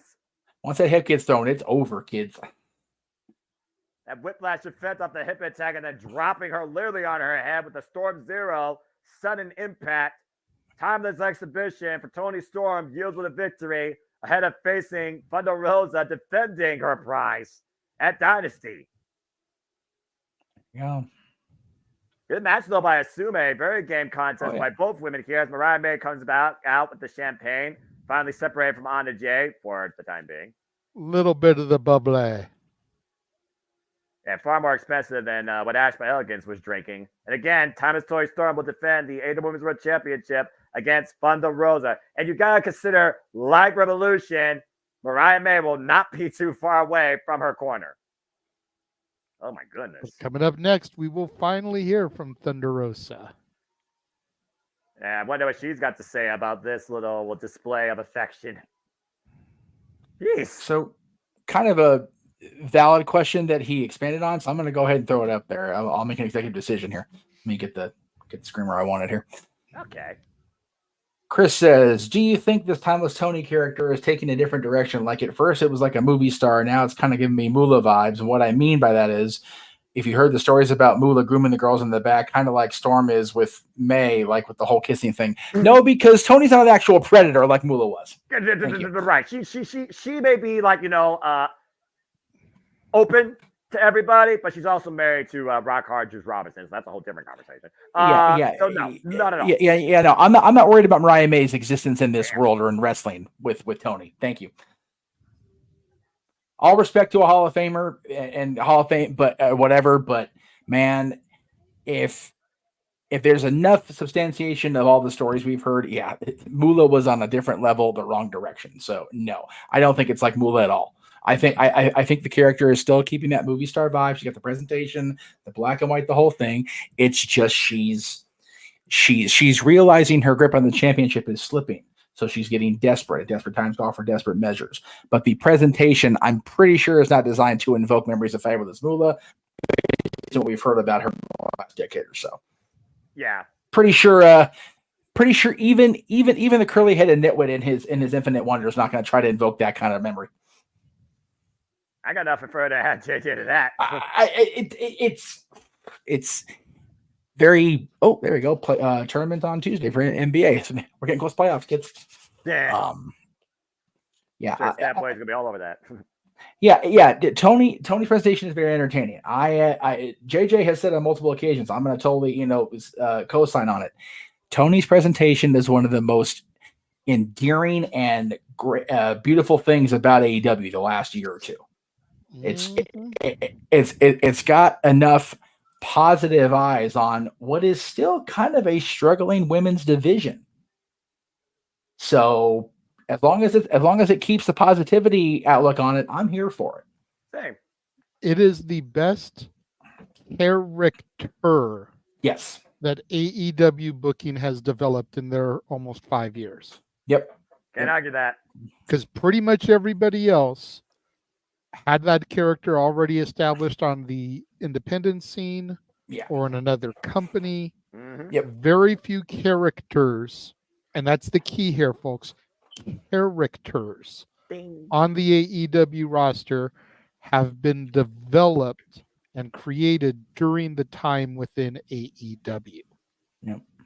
And JJ, it's also not her first character; it's an evolved character. Remember, at first Exactly. she That's was why, yeah. just Tony Storm. Then she became an outcast. Then she became illustrious. After the fallout with her and Saraya at Opera Stadium, when Illustrious couldn't become a champion, though, then she became timeless and beat Hikaru Shida for the title at Full Gear last year, and she hasn't been stopped since. And she's only gotten stronger with Mariah May now as her protege, a living embodiment of her former original identity, going back to her Stardom roots. And she's already overcome one of her greatest rivals once again in the Virtuosa, Deonna Purrazzo, even though Tony tapped out. And now she's facing the Mara Thunder Rosa, looking to get her revenge.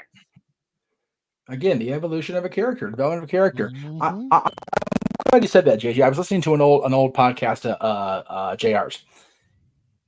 They were talking about the 2001 Survivor Series path to Vengeance 2001 with the breakup of the Hardys. Nothing to do with this, but the point JR mentioned was he said at that time, and this is a couple years ago, I suppose, the Hardys were the best tag team that was fully developed / realized within WWE. And what he meant by that was the Dudleys kind of had their gimmick already. They just kind of evolved a little bit within WWE. Same with like Arn and Tully and things like that. But the Hardys, as much as they had their base core in Omega in their own company, when they came to WWE, you figure the evolution of the Hardy Boys from '94 being teenage jobbers all the way through to what they became in WWE and what they've become since. They are the best tag team fully developed within WWE, at least according to JR. Hard to disagree. That's fair. It's fair. Mark Briscoe, speaking of tag teams developed and unfortunately cut short, but man, Mark Briscoe, my God, what a moment he had last Friday. Now, I gotta say, ever since I cut Rampage and Collision from my reviews, I haven't really been following them. Okay. Noah, very briefly, how did this Adam Copeland, Eddie Kingston, Mark Briscoe thing kind of develop? Because when I first saw the match announced this week on Dynamite, I was like, who the fuck booked this shit?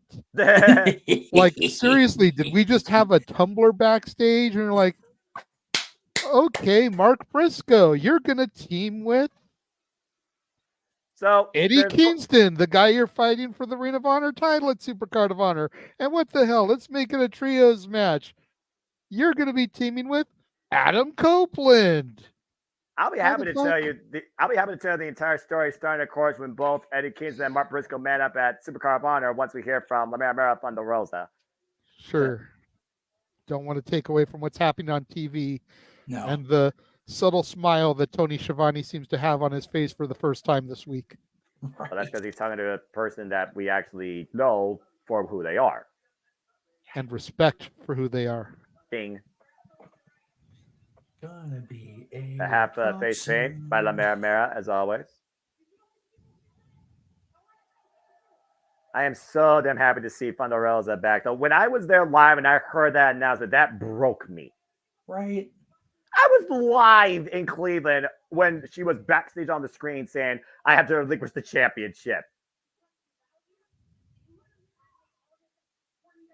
Thunder Rosa, for me, is the epitome of absence makes the heart grow fonder. Amen. I could give a fuck all about her when I first got into AEW. But her absence, knowing she was cleared, knowing she was at the Spanish announce table, is like, why the fuck doesn't she come back? I want her to come back. She has unfinished business. And now she's back. It's like, thank God, finally. Of course, she won the AEW Women's World Championship against Starbreaker DMD inside a steel cage. Defended against the likes of Serena Deeb and, of course, Toni Storm, who wasn't timeless at the time. She was just Toni Storm. But of course, as her back was literally leaving her body, it felt like she had to relinquish the title. Was out of action for honestly the better part of, I think, over 2 years. And of course, now we have both Serena Deeb and Thunder Rosa back. That's a women's division leadership group right there. Raised with the identity of the virtuosa Deonna Purrazzo. And by the way, yeah, I almost forgot about that. Thunderstorm. Thunder Rosa and Tori Storm are literally a tag team for a period of time in AEW. You're muted, Jeff. Yeah, again, this division's been booked so it's hard to keep track of any goddamn thing. All right. But again, division with the most potential. And I still stand by that. Especially with the Virtuosa, the Professor, and La Mera Mera Thunder Rosa.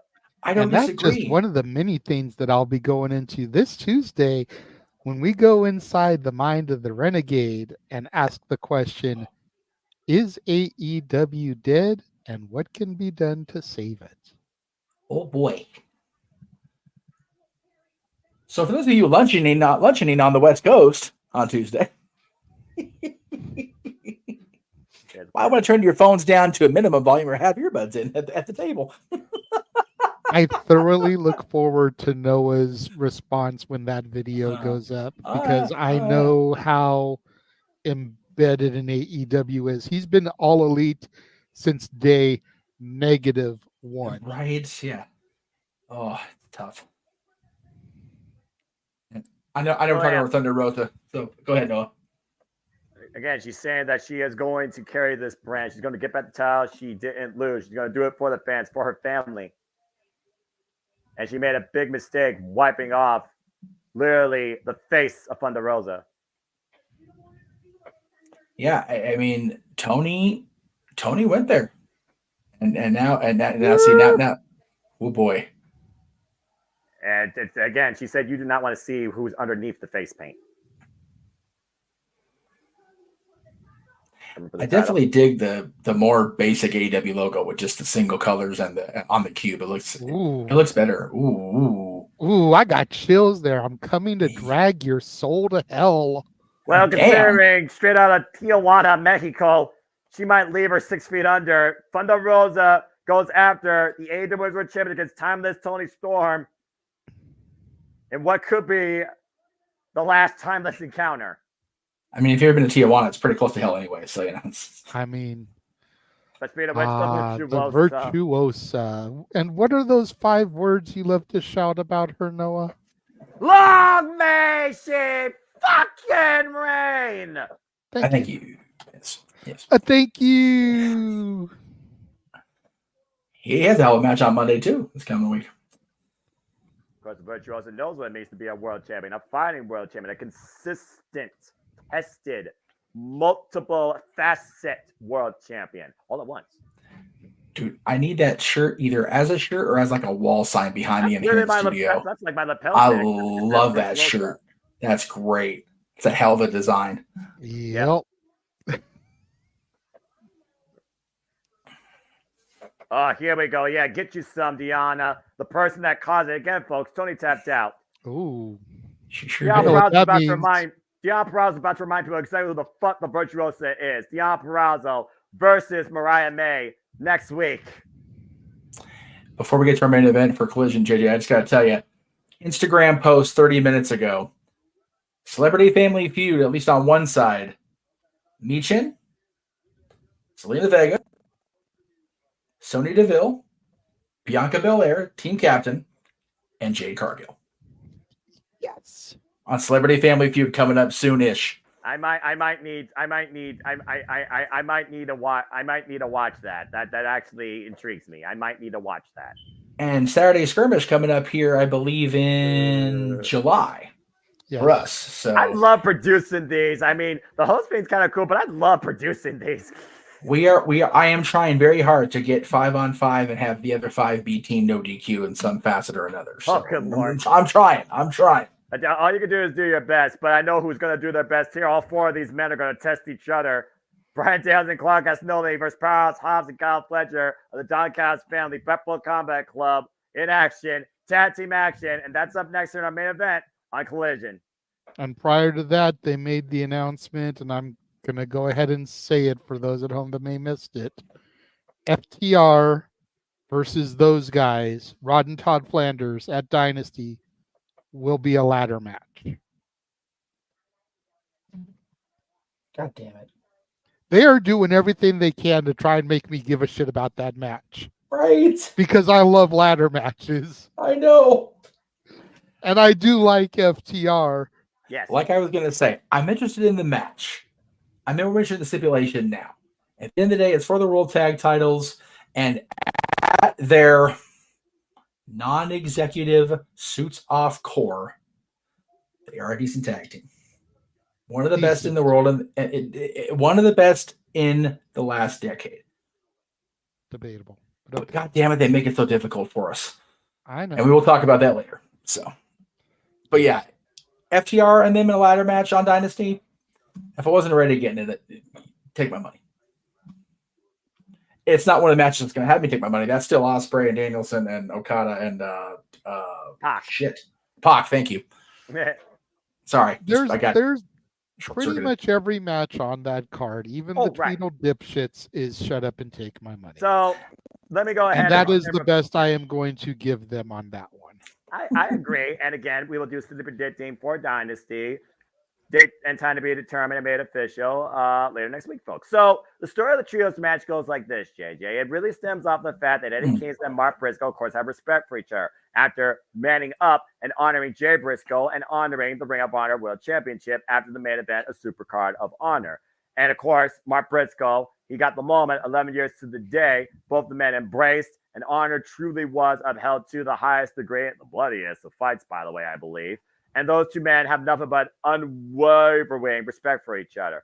Following that night, though, of course, the Cope Open continued, and Adam Cole would defend his TNT Championship against Matt Cardona, of all people. A dream match Matt Cardona has been waiting for his entire life, and he took Adam Copeland quite the distance. Adam Copeland retained, though. And afterwards, the House of Black made their presence known, particularly the leader of the group.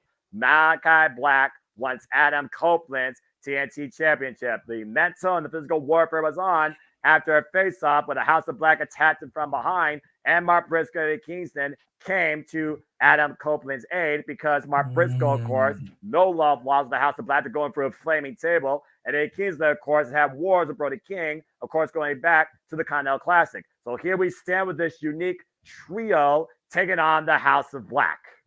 Gotcha. Okay. So, dude, I guess it could be assumed then. And number one, we know what happens when we assume. Number two, wrestling and logic. Number three, Tony Khan and logic. Yeah.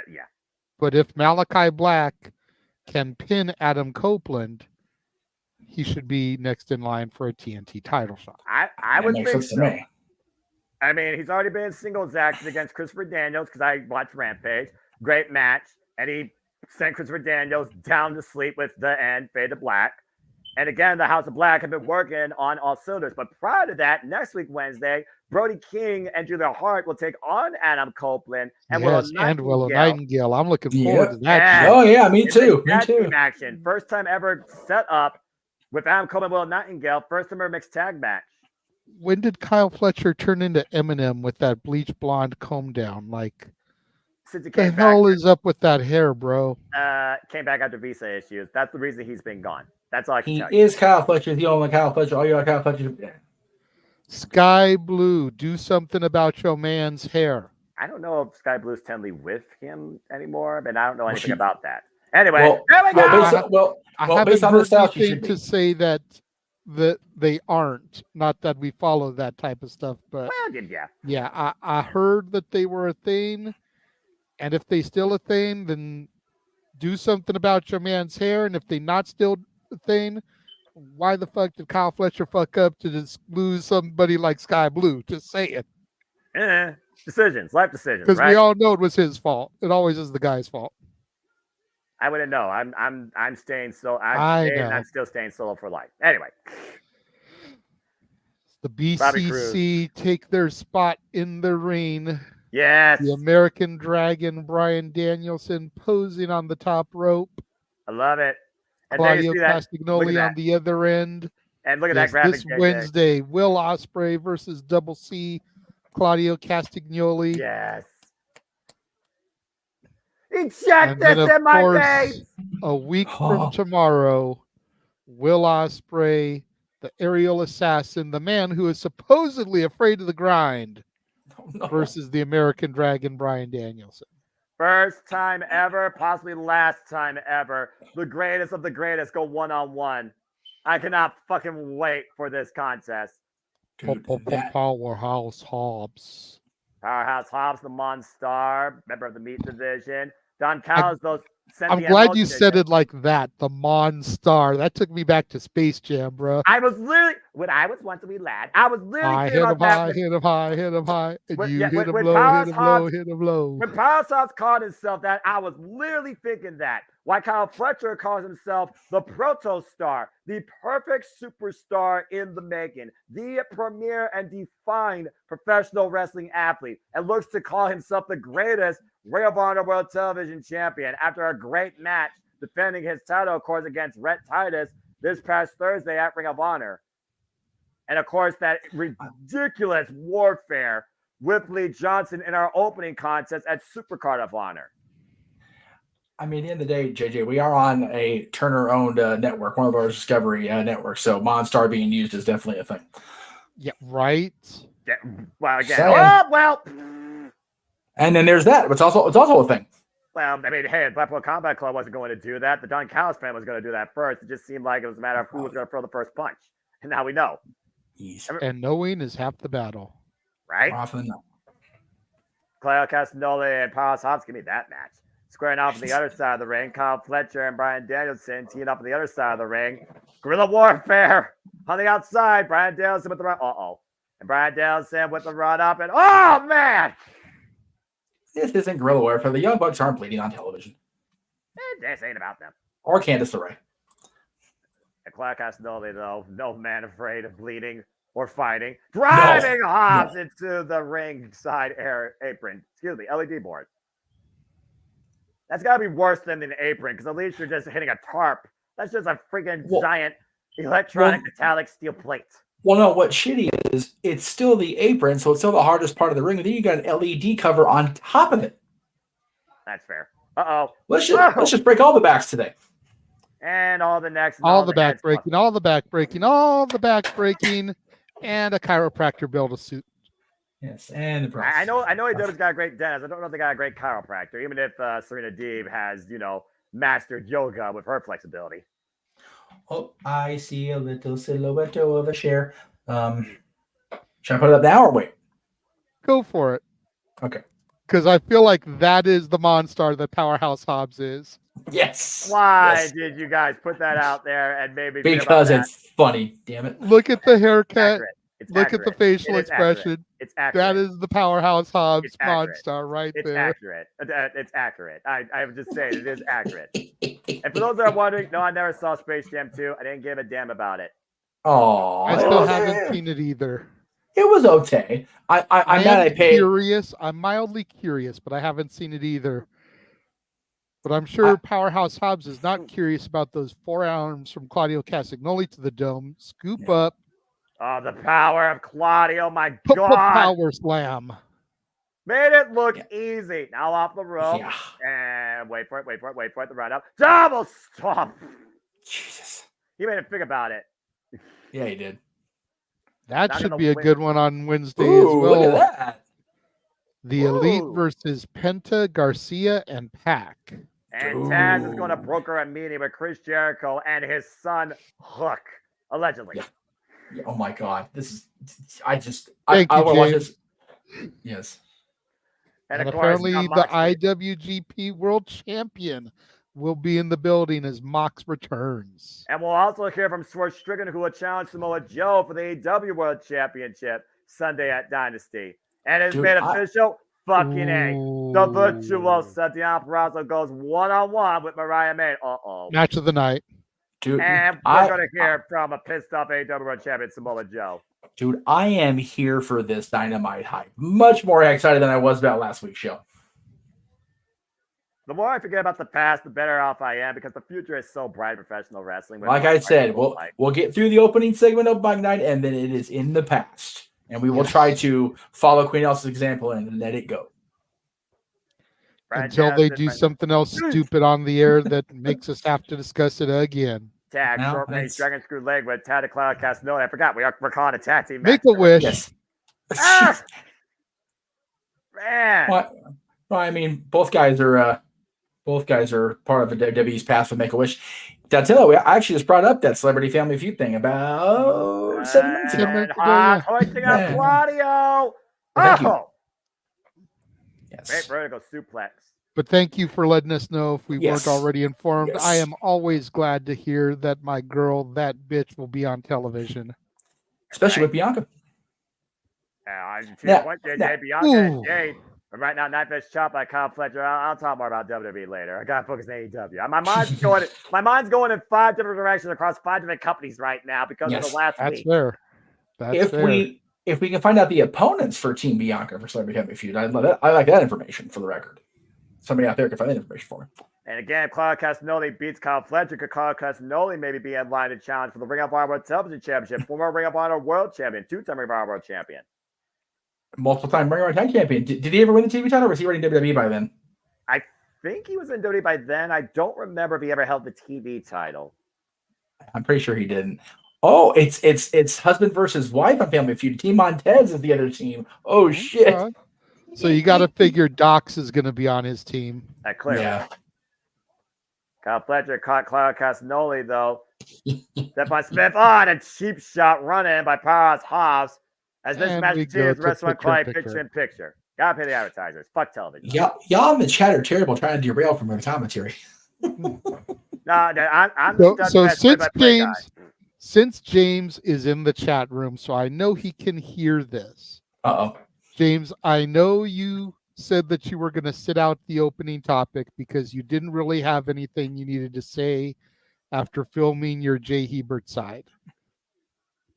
I am going to request that you be there for the opening topic if you can, and you only have to respond to what everybody else says. You don't have to give your own thoughts on the situation because you can direct people to watch your video for that. There you go. But at least that way you can respond to what everybody else says. Lashley, LA Knight, and Theory are the rest of the team. Okay. Theory? Oh, dear Christ. With Steve Harvey? Yeah, Theory with the Family Feud mic in front of him, with LA Knight and the Prophets, and dear God Almighty. Good thing they're on Should TV. Be good. It should be fun. It should be a fun Family Feud. See how many innuendo jokes we get from Steve Harvey and possibly LA Knight and Austin Theory, because this sounds like something to happen. We should find out when that's going to air and hope that Saturday Skirmish lines up with it just to get the synergy for that weekend. Right. Yeah, maybe get some ideas for questions. Top 5 answers on the board. Fill in the blank. There you go. Blank. I still remember that one. Cast. Oh, gosh. Oh, and Haas cheap shot to Bryan Danielson. Haas getting a better Claudio Castagnoli right now. Don Callis in control. And Don Callis, by the way, is the one that set up this match last night on Rampage. And he didn't care about winning. He cared about breaking Blackpool Combat Club, particularly Bryan Danielson, summoning him up for who he calls literally the crown jewel, the GOAT, Will Ospreay, because the Don Callis family is going to take over all of All Elite Wrestling. Oh, okay. The Don Callis itinerary in full display here. That guy. At least he's not on commentary here. He's going to probably on commentary next week Sunday, though. Dude, bloody hell. It's probably going to air soon because they've got Theory there with the SmackDown tag titles. They don't want to have it be too outdated. Well, I mean, they still have to get new championships that don't look like a blueberry and cherry fruit roll up with nickels. I'm just saying. Damn. I said what I said. I mean, again, he's out of line, but he's not wrong. The following contest is for the pressed coins. Seriously, I always thought that about those tag titles. Yep. Going all the way back to when they debuted, man. They look like you got them out of the fucking press penny machine at Disneyland. Yep. But they're silver, so the press quarter machine. Yes. That's an insult to quarters. That's how much they cost now. That's the sad part. You get the quarters press. Last time quarters were worse than when you could actually use them in a vending machine without a credit card swipe for a can of pop worth less than $1.50. Without actually. And the only thing quarters are good for these days is for freaking laundry. Laundromats still take quarters? Yep. Oh, well, I mean, multiple quarters, but yes. I was going to say, you can't get shit for one quarter. No. Yeah. But you go put your $20 bill in the machine, it kicks you out quarters like you won the jackpot in Vegas, and then you go plop those quarters into the machine. Yeah. Yep.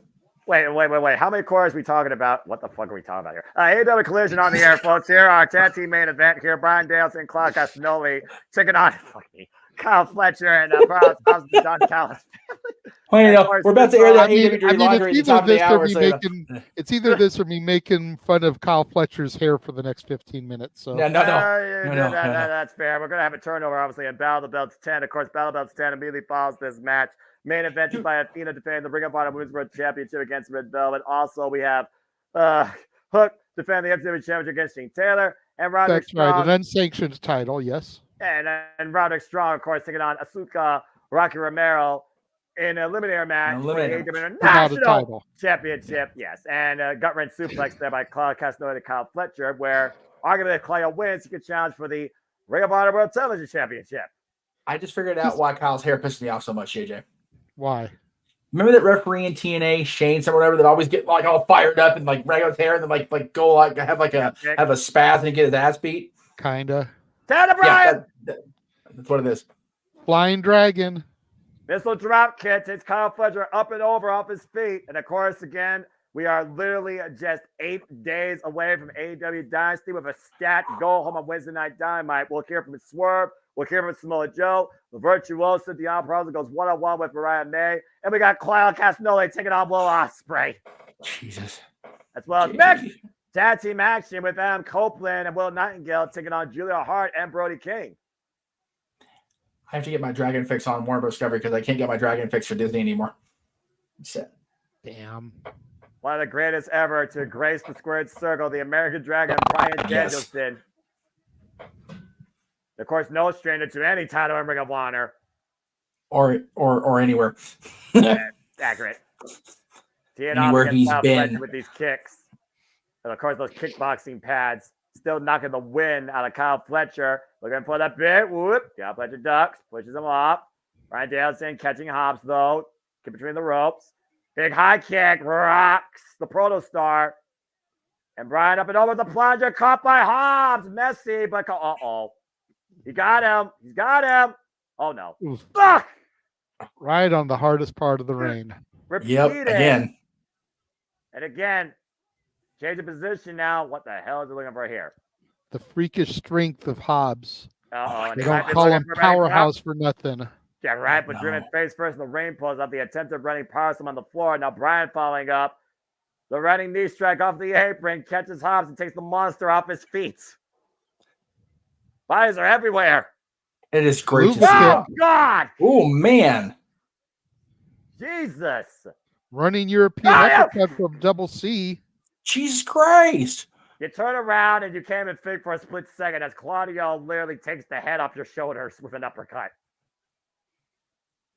Good Lord. Hey. There you go. And if you know, you know, people. Stephos needs to get some control here. Seriously. Irish whip to Hobbs into that LED barricade. Apparently the new standard now, unless your name's TNA.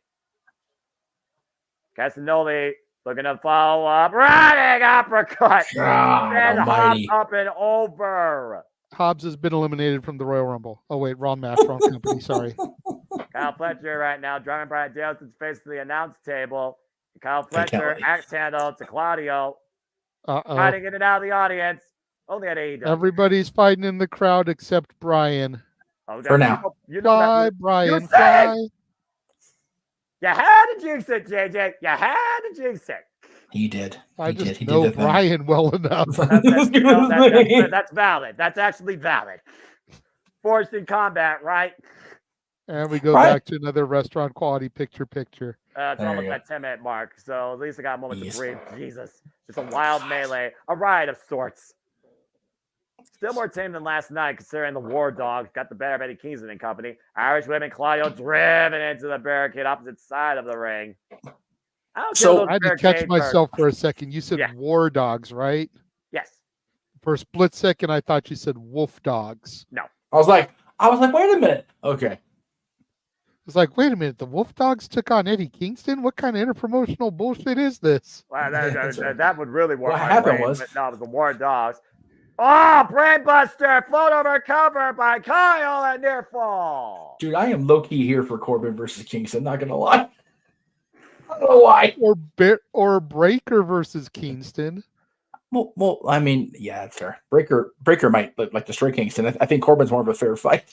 I'm about to say, Breaker right now needs to figure out his play on the SmackDown roster without breaking his opponent in less than 2 minutes. I was going to say his place is he's going to be a Steiner.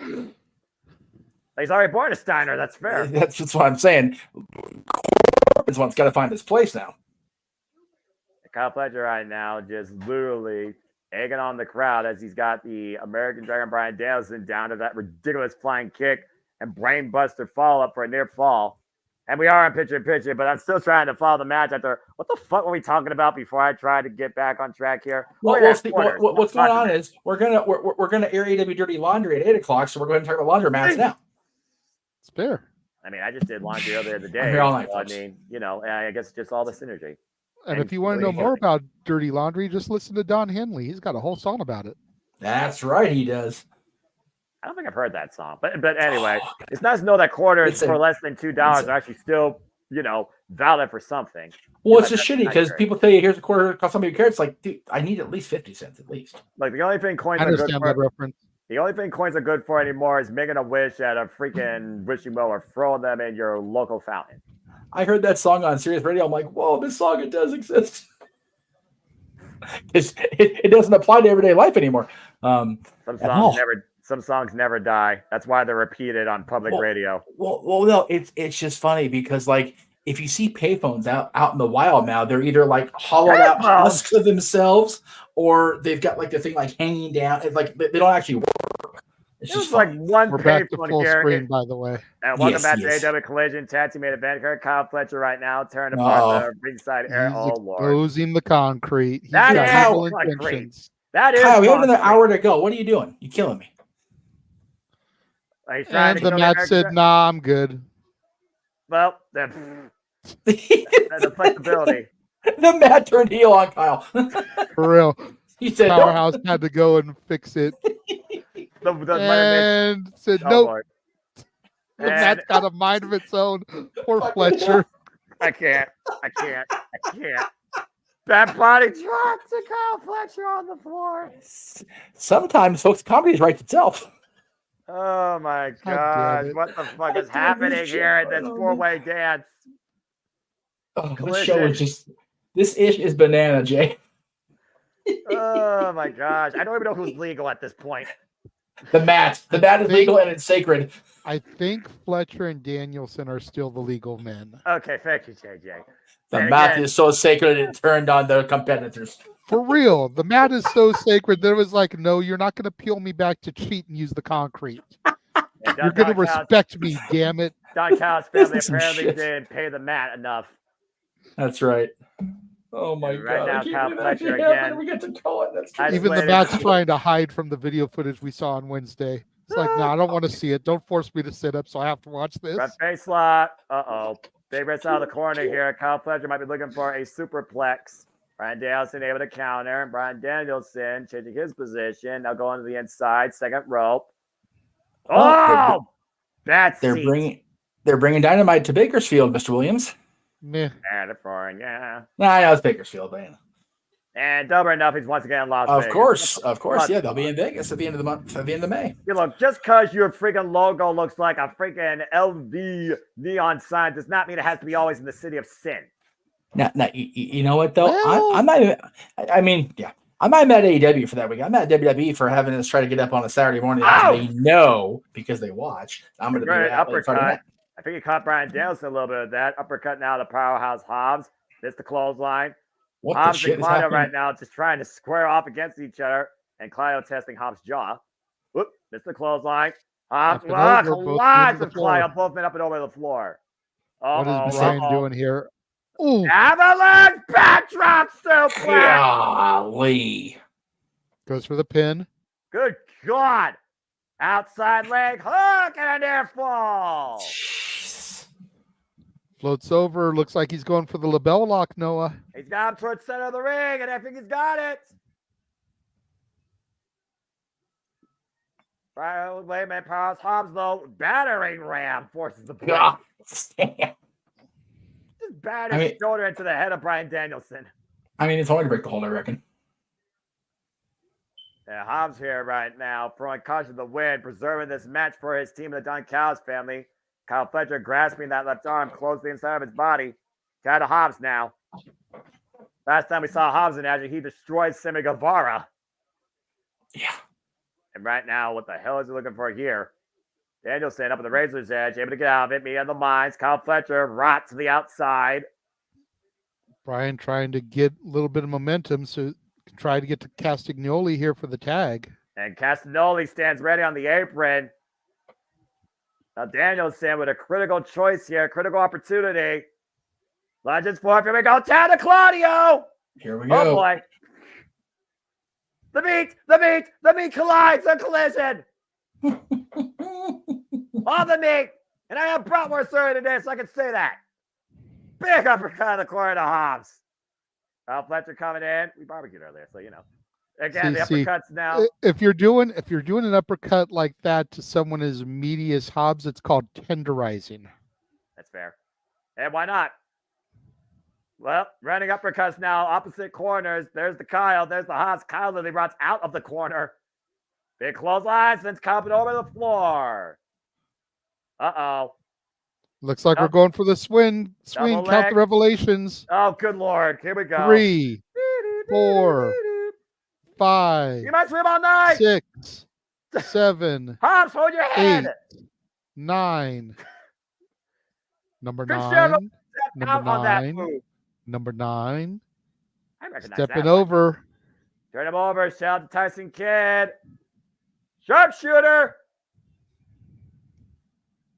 How much can Powerhouse Hobbs take? There ain't nobody to save him. You sure about that? Wait a minute, Kyle. Claudio is not letting go.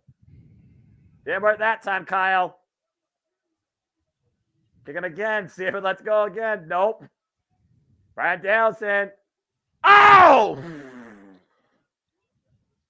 Caught him with that kick coming in. Pop up. Uppercut to Fletcher. Spine on the pine.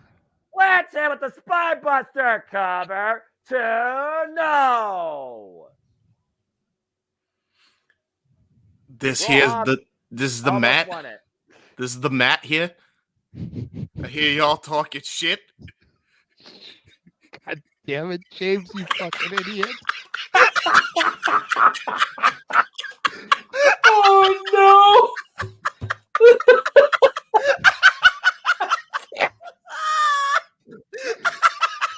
Forget me and Jeff. You've broken Noah. You can't even call the main event.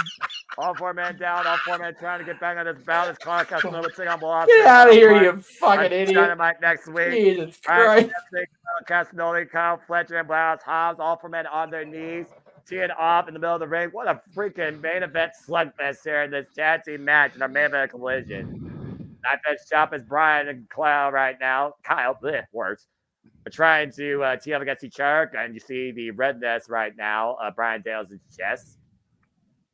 Forearm shiver by Powerhouse Hobbs to Claudio. The big meaty men colliding by the faster, technically sound, agile men wrestle up and over. Kyle hits the apron jaw first. Right by dropping Bryan Danielson, picking up speed. Tope Suicida lunges to the Proto Star and lunges him into the barricade. The Claudio, though, hooking up Hobbs. Can he lift up this 300? That is ridiculous. Attitude adjustment. Step forward, driver. Cover. No. 2. No. What the hell? Man. Hell of a Death Valley driver there by Claudio. What's it going to take at this point, JJ? Dude, we had a run from the mat. What the fuck, guys? And Claudio right now is just a freak specimen.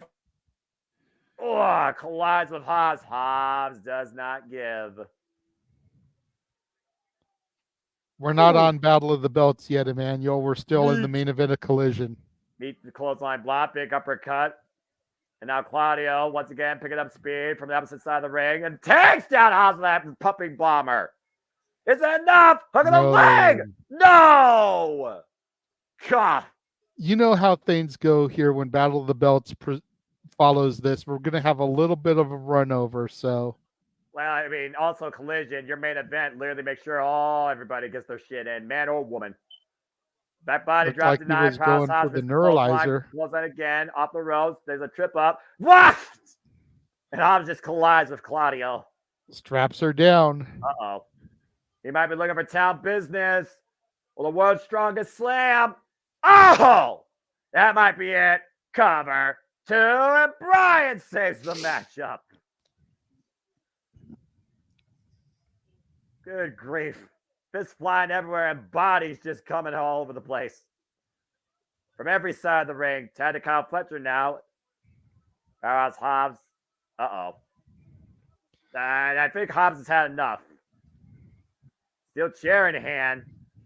I would use the chair against the steel ring post, though. I mean, they're going to try and knock his block off. Taking it from him. Well, I guess non-disqualification match the standard tag.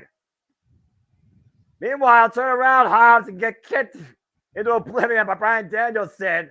Wow, and Fletcher with the suicide dive. Every time you think somebody's got a chance to get back in this match, everyone else just gets involved and just throws fists. Uh-oh. Clearing off the table, doing a little bit of redecorating here. May I remind you, JJ, that table sometimes is much more reinforced. Oh, boy. This is going to end badly. Whoop, Brian able to get out of the back door. Claudio winning uppercut. Hobbs lands on the table, goes up and over. Now Claudio's standing on the table. What the hell is he looking for here? Whoa! Crazy Tiara sends Fletcher into the apron. Now sends Kyle Fletcher into the ring, and Claudio might be looking to hook him up. Neutralizer! Shoot the half! Cover! 2! Claudio just pinned the Ring of Honor World Television Champion. And to your point earlier, you got to figure that would put Claudio in line for a shot at that title. Oh, God. Maybe Claudio's destiny is to challenge him Dynasty. What an incredible his destiny or his density? His density. Oh, wait a minute. What? The Alpha, Kanosuke Takeshita. What, bro? Another member of the Completely forgot about Takeshita. So did I. There's been so much enforcement in recent weeks on Ospreay and Okada. I completely forgot Takeshita was a thing.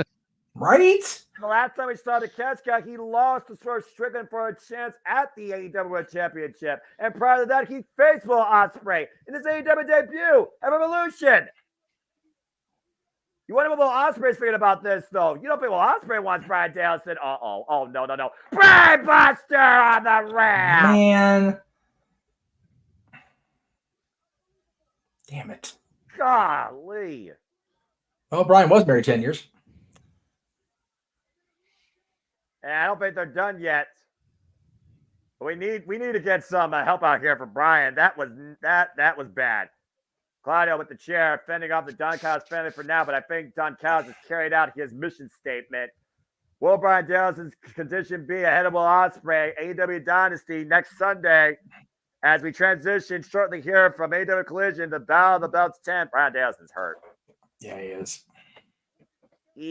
God. Jesus. Damn it, Don Callis. Freaking virus.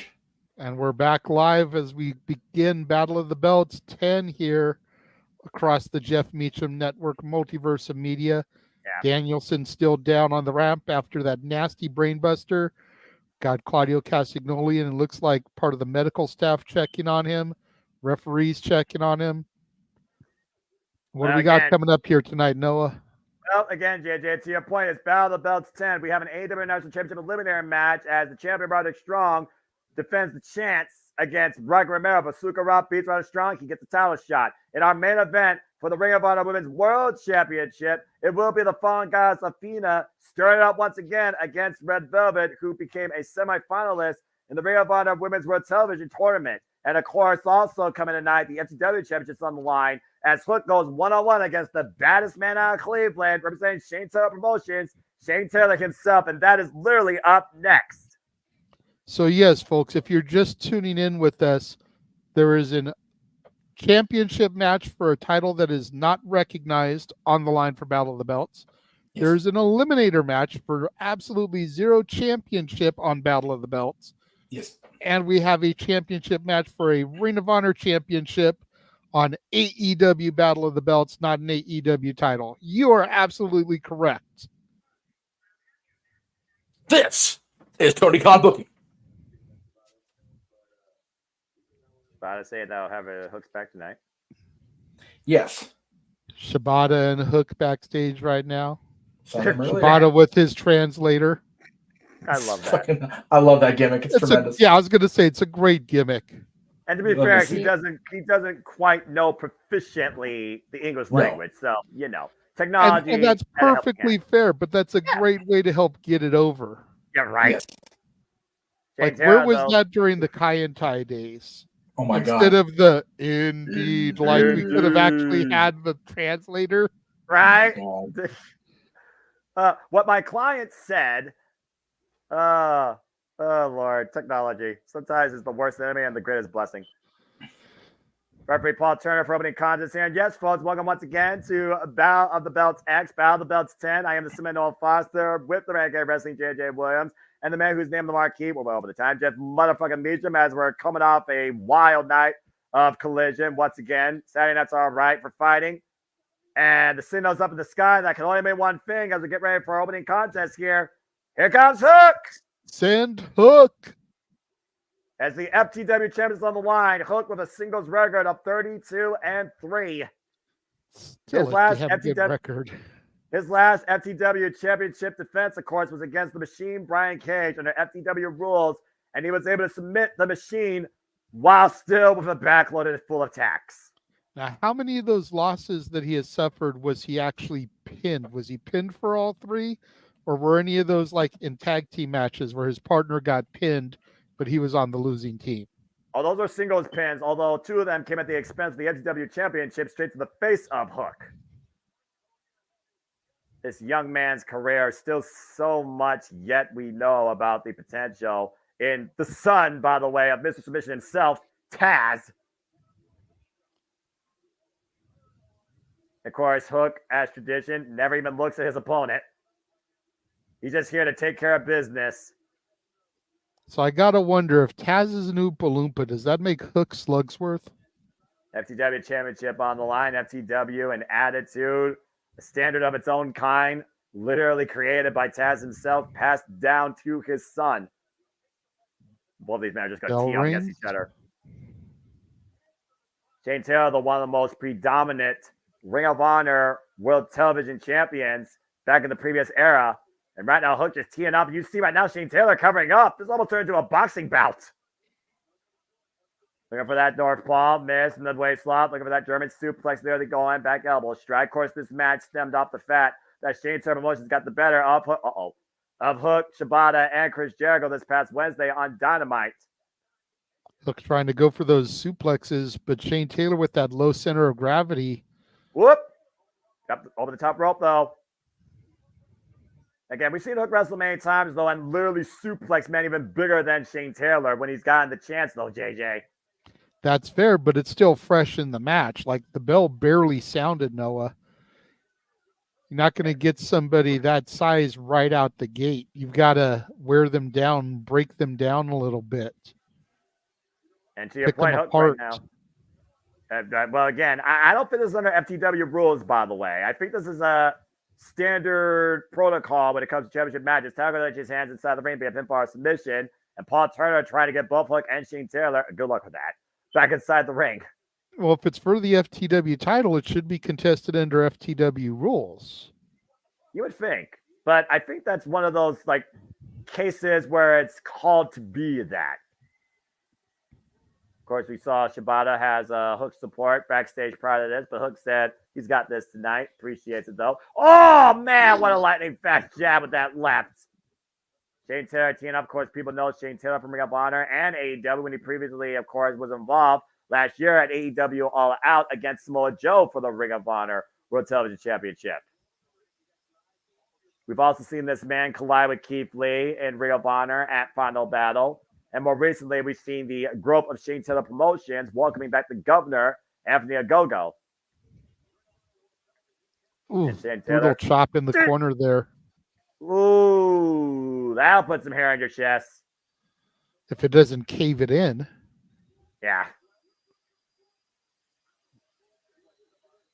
Shane Taylor again. A lot of jaws. Another one. Did you hear that? I did, and I'm having flashbacks, Noah. Well, you would know, being a former participant. I've shown you the picture of my chest lit up after getting baptized for my birthday. Right.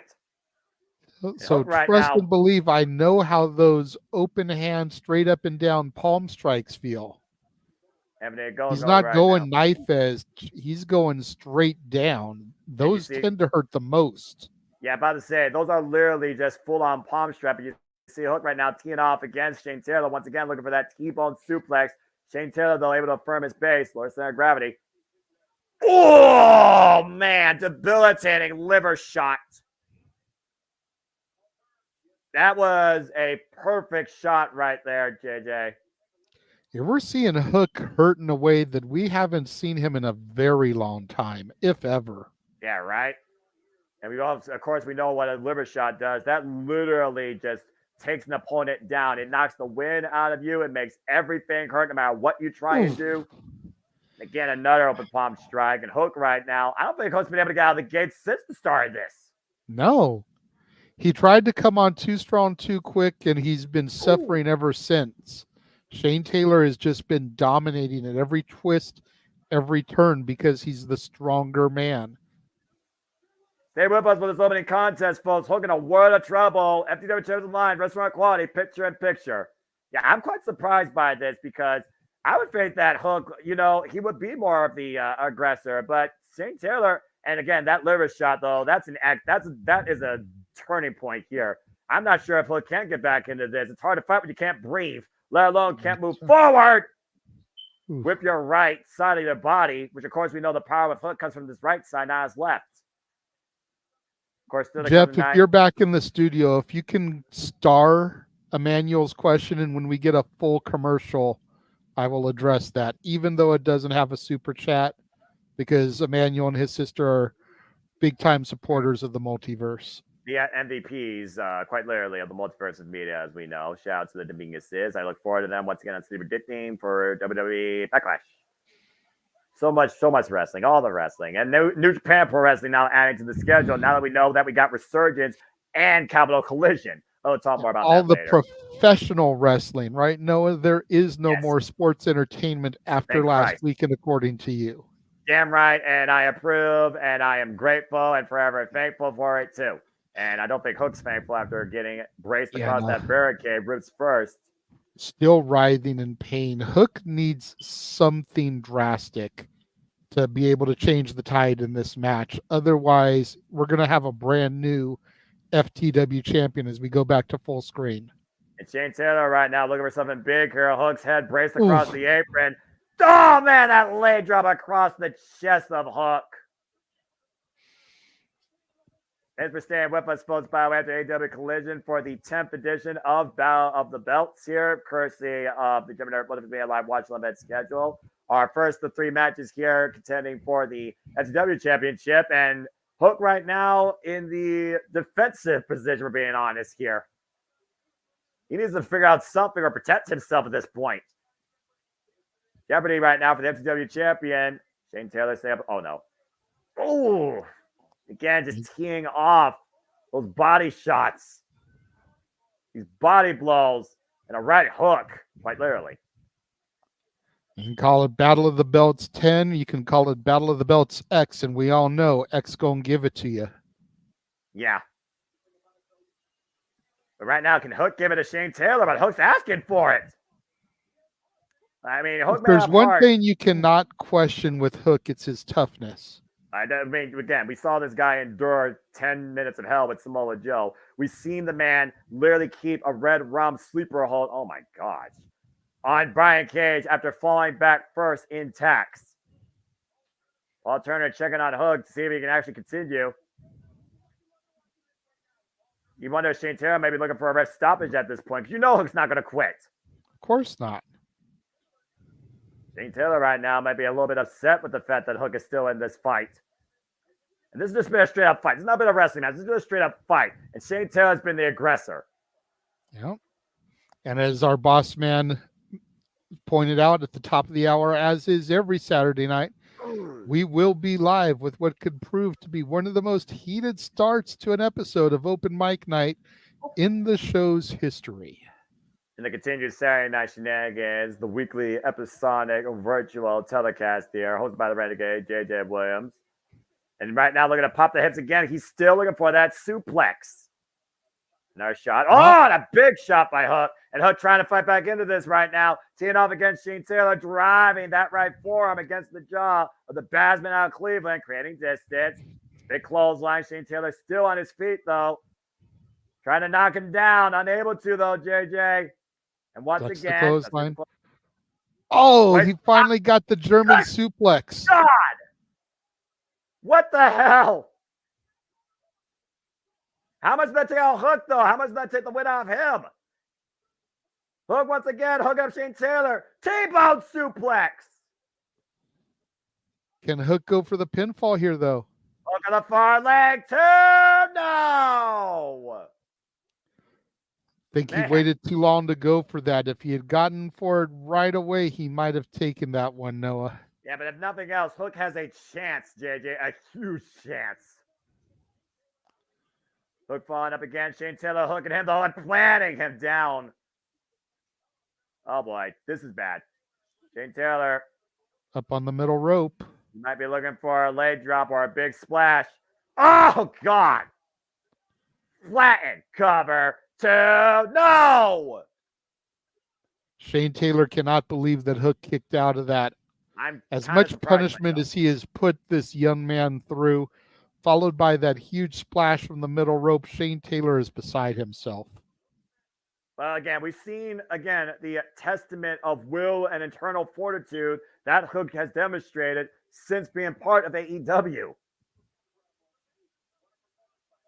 Shane Taylor, though, given the performance of his life right now for the FTW Championship, might be looking for that knockout shot. Hook able to duck underneath. Oh. The Red Rob's in! The Red Rob's in! The sleeper hold! He's got hooked around that big head around Shane Taylor, that throat. Can he bring Shane Taylor down, though? Is Shane Taylor starting to fade? Will Shane Taylor go down, JJ? Nope. Oh. Hook still has it hooked up, though. Again, we talked about before what Hook will take. And again, driving him back towards the corner, but Hook refusing to let go of his grip. Might be literally his last chance. Oh, an electric chair. Shane Taylor finally aware of it. And Hook down once again, this time down on the mat. That right arm literally trapped. Shane Taylor nowhere to go. The pressure on the back of the head and neck. Is Shane Taylor going out with Paul Turner call? That's it. That's it. That's it. Hook retains. Wow. Damn. I will say, for a title we don't really take seriously, you look at the two competitors, though, that were in the ring. Hook showed a lot here tonight, JJ, but Shane Taylor also brought something that I think people are going to remember. Ooh. Hell of a match. Your winner and still FTW champion, Hook. And again, what is going to happen this coming Wednesday when Tad brokers a meeting with Chris Jericho and Hook? Somehow Hook's still the holder of the family heirloom and the attitude of FTW. Hook is still FTW champion. But man, did he had to fight for it. Yes, sir. Hell of a battle. Yeah, one of the baddest men out of Cleveland just lost one of the baddest men out of New York. Let's go backstage with Rocky Romero. Oh my gosh. And of course, we talk about Rocky Romero. You can talk about his resume all the damn night long. Yep.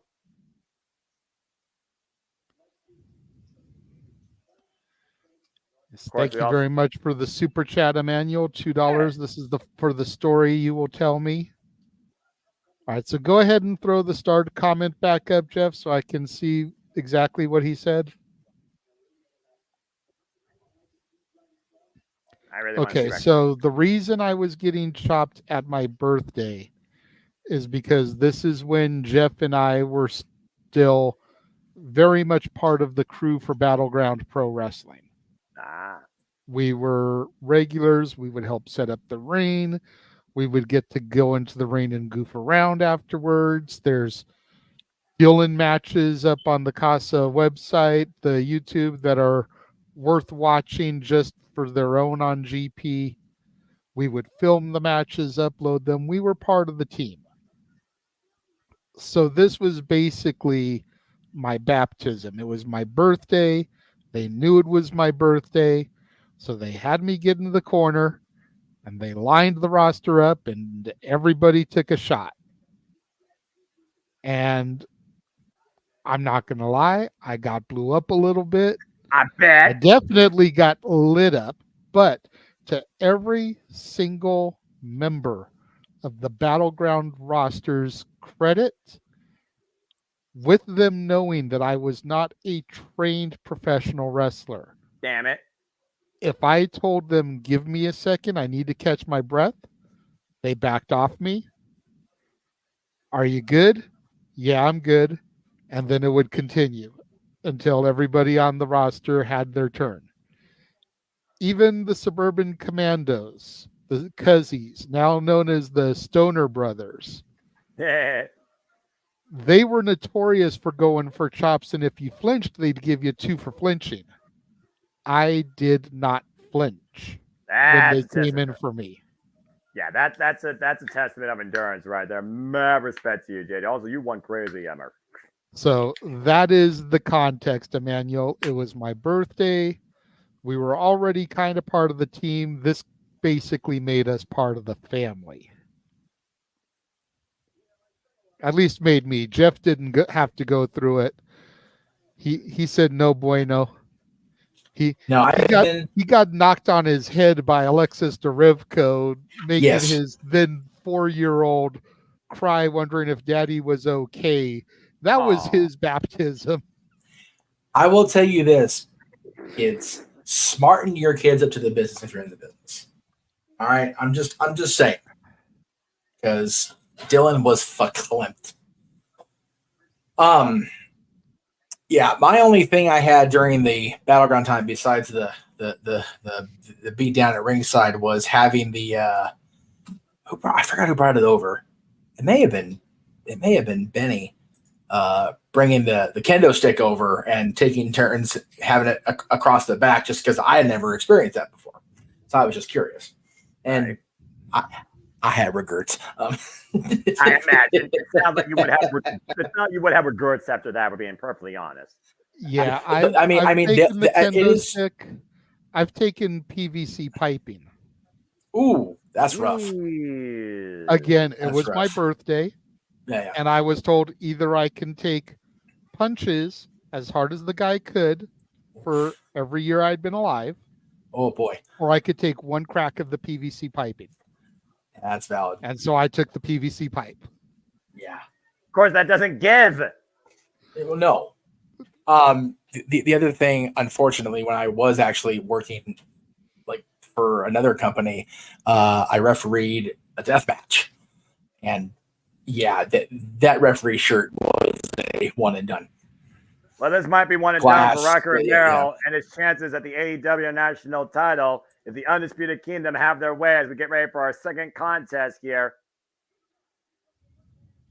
And here comes the current AEW International Champion alongside the still Ring of Honor Tag Team Champions, Ed Wardlow. Oh, he's still a thing? Of course, Wardlow still has the marching orders from the devil to preserve all the gold in the Undisputed Kingdom after falling short against Samoa Joe at Big Business. The Messiah of the Batbreaker himself put on a bat-breaking clinic at Revolution against Orange Cassidy to claim this title. You might as well call this a 4-on-1 handicap match, though, JJ. If we're being perfectly honest here, come on now. Yeah. I'm trying to find something positive to say about this match that is on Battle of the Belts, and it isn't even for a fucking belt. I'm trying. I know you are, brother. I love doing these with JJ. I really do. No matter what company, I love doing this shit. I appreciate that, and I know, brother. And I also love this man who is definitely a defining example of junior heavyweight wrestling. Asuka Rock himself, Rocky Romero. Yes, he will always be half of the Havana Pitbulls to me and Jeff. Of course, multiple-time IWGP Junior Heavyweight Tag Team Champion alongside Alex Kozlov, of course, in the Hooligans, and also was part of Roppongi Vice. But I do gotta wonder, because let's look at this story here instead of this match. Why he's looking for a big opportunity here. We know the respect that Kyle O'Reilly has done for Rocky Romero, and Kyle O'Reilly has kind of set his sights on the AEW International Championship.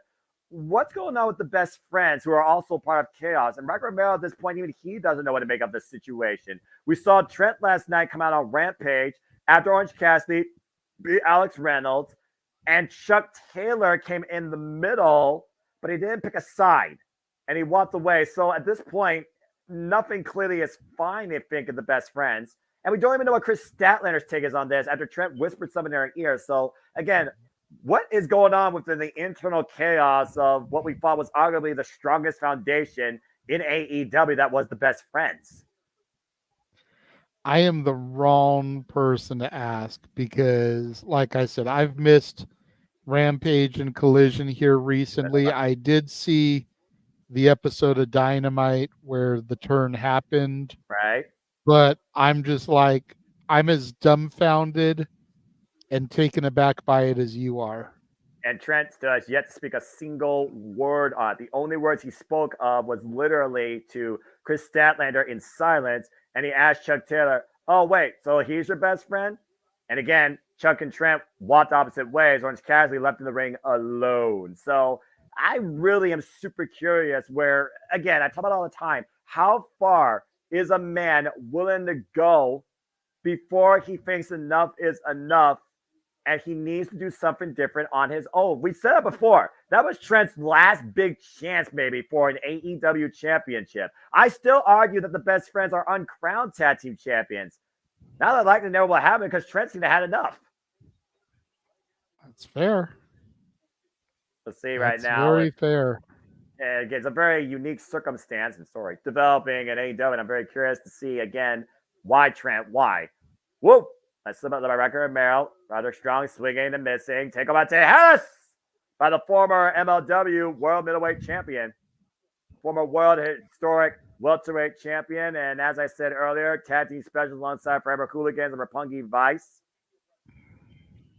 Alex Kozlov, man, that's another name I haven't heard in a long time. Right? The Russian Hooligan. Yeah, Alex Kozlov used to be part of the original NWW Strong commentaries table with Ken and Kelly. He was also a big-time contributor to Pro Wrestling Guerrilla back in its formative years. Got to see him quite a bit. I'm not sure what Alex Kozlov is up to as of late because I haven't seen him lately on NWW Strong. Of course, Windy City Bride was commentated by the lovely Vanna Scott and Walter Stewart and Chris Charles. God! Backbreaker. And so it begins. Cover. Final press. One count here by referee Rick Knox. Rocky Romero, for those that don't know, 26-year veteran of the game. Yes, sir. Trained under the likes of the Iron Gorilla, Togi Makabe, and of course, Billy Anderson and the late great Antonio Inoki. Roderick Strong right now down in the corner. Of course, we also know Rocky Romero is the master and the king of sneaky style. Led to many of his championships and championships for other tag teams, including Roppongi 3K, Show and Yo before Show lost his way. And Rocky with the cover, one count again. And Rocky's wrestled pretty much in every company imaginable. TNA, MLW, AEW, Ring of Honor, NJPW, CMLL, you name it, he's been there. Yep. PWG, UPW. Off the ropes, caught himself. Hey, tranquilo. Whoop. Roderick Strong sent to the outside, though. Rocky Romero looking to follow up. Big PK. The Messiah of the Backbreaker. And off the apron. Double stop. Shotgun drop kick of sorts from a vertical position. A little shimmy and shake there by Rocky. And we'll continue this match. The wrestling quality, picture in picture. Roderick Strong might have a stinger effect there.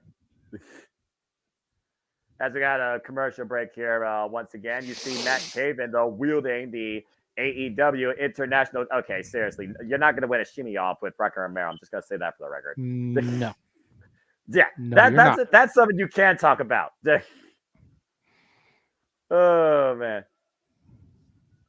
Anyway, of course, our main events still to come. Athena, the fallen goddess, still our Ring of Honor Women's World Champion, will defend the gold against Red Velvet. Athena, by the way, for folks that don't know, she is 50-0 in Ring of Honor. It's crazy. She is up there right now with legacy reigns like some Samoa Joe, Bryan Danielson, and Nigel McGuinness when they held the Ring of Honor World Championship. That's saying something. Boy, get to the midsection. Roderick Strong driving Rocky's back into the ring post. And right now, Rocky on the outside in the goober face, corner. Yeah, for sure. And right now, Rocky Romero, Mr. Khan, you're on the air, by the way. Hello. I hear you talking shit about. The fact that this belt is not on the line for Battle of the Belts. Wait, to be AEW is under constant attack. Roderick Strong and Rocky Romero back inside the ring. And right now, teeing off into that crazy backbreaker on the barricade at ringside. Again, Battle of the Belts next still underway. Folks, thank you for tuning in. Please subscribe, comment, tell a friend. If you are enjoying what you are witnessing, chaos and logic galore, super chat. Support my friends. If you want to dictate the conversation, don't ahead and dictate. Super chat truly is as simple as that. As shortly after Battle of the Belts X, we will immediately transition to the weekly Saturday Night Shenanigans, where that and other identities, including Morgan Freeman, Gilbert Gottfried, and Christopher Walken may show up, of course, on Open Mic Night. So stay tuned for more on that. Here at the JMN Multiverse of Media. Roderick Strong right now, and Rocky Romero teeing off in the middle of the ring. Rocky Romero trying to get back into this big knife-edge chop to the side of the backbreaker. By the way, congratulations to Marina Shafir winning that 4-woman tournament at GCW Bloodsport against Lindsay Snow. Hey, golly, in the finals. Ooh. As the third, I can feel the pain in that back for him. Cover 2. No, what we talked about before, JJ. Serena Deeb, of course, the woman of 1,000 holds, as deemed by Dean Malenko. Chris Jericho, the guy that knows 1,000 different ways to say and do an armbar. How many different ways does Roderick Strong know how to do a damn backbreaker? 1,001. That's fair. And while we have this quick picture-in-picture to go back to the story time with Renegade a few moments ago, Emmanuel, there is the outcome of that baptism. Silence speaks volumes. In pictures. Jesus. And picture. Cover 2. No. Yeah, no said. Took the word out of my mouth. God bless you, JJ. You know what, though? It still live and breathe. It may sound weird, but it was one of the proudest days of my life to stand up there, get lit up by the entire roster, take it, not complain about it. You basically man up. That's what you did. Like friggin' Mark Briscoe and Eddie Kingston did over the Ring of Honor World Championship, where Mark Briscoe finally won the title. Get to the hamstring right now as we are back here at Battle of the Belts 10, folks. Again, JJ, the Renegade Wrestling, Samantha Foster on the call for you here. Reactions, live commentary at JMN Multiverse of Media. As part of the JMN Live, watch the event schedule. #We're Gonna Die. And Rocky Romero trying to get back into this fight. Again, it is a eliminator match. If Rocky wins, he will get a chance at the AEW International Championship. But Kyle O'Reilly has also made his intentions known that he wants his shot at the gold. Irish whip, counter. Big counter, rebound, Enziguri. Sending Roddy to the outside. I love What's the way Rocky going to go for here? I can tell you right now, he's going to go for broke. Roderick Strong right now on the outside. Oh, wait a minute. Rocky Romero wiping out Matt Taven. And now Rocky to the opposite side, wiping out Roderick Strong. To your point earlier, Rocky Romero with eyes in the back of his head. Or maybe just some foregone awareness for first shenanigans that still may come. You see Wardlow, Mike Bennett on the outside. And a sliced bread. Cover. 2. No. Damn it. So close. Sliced bread and blue thunder bomb. A move I wish I would win a wrestling match. I'm just saying. Sliced bread wins matches more than the blue thunder bomb does. Just saying. Unfortunately, you're right. Brian Kendrick and Rocky Romero are testaments to that. You're not wrong. And right now, Rocky Romero going on with these clotheslines the last how long, JJ? What? Forever. Well, in a different timeline, apparently. Good grief. And Rocky Romero sent to the corner again. Hard Irish whip. Oh, man, what a kick. Drop kick, cover, 2 count again. It did, Emmanuel. It did. Apparently, Arlene saw the photo from the couch and said, "Ow, that looks like it hurts." Accurate. Quote, unquote. Jeff motherfucking Meacham. Off the ropes.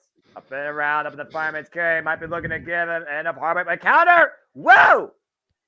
Beautiful takeover Rana. This is the clothesline. And up and around. Rocky Romero. Catch a restaurant. DDT! I love that DDT. Slow the fall to the cover, though. Hook on the far leg and an air fall. That spinning flying DDT is so proficient when delivered. And Rocky Romero in the driver's seat needs to continue to follow up on this offense. Shot to the midsection. Roderick Strong again hoisting up Rocky Romero, perching him on the top row. Oh, no. Please do not do the same thing. Yeah. I'm having flashbacks to Revolution here. This could be bad. Big headbutt. Could also be very good. No way. Slice bread from there. No connects. Way. Avalanche slice bread out the corner. Into the cover. 1, 2. No. Of course, because finishing movers don't actually finish people in AEW. Well, damn it. Nearly did. That was and it's only in an eliminator match, so he wouldn't have even won the fucking title. But he would have won the damn chance. Rocky Romero right now, taking Roderick Strong up and over. Gotta watch Wardlow looming. That whole side of the ring is just a shark tank waiting to prowl. Oh, stunning shot.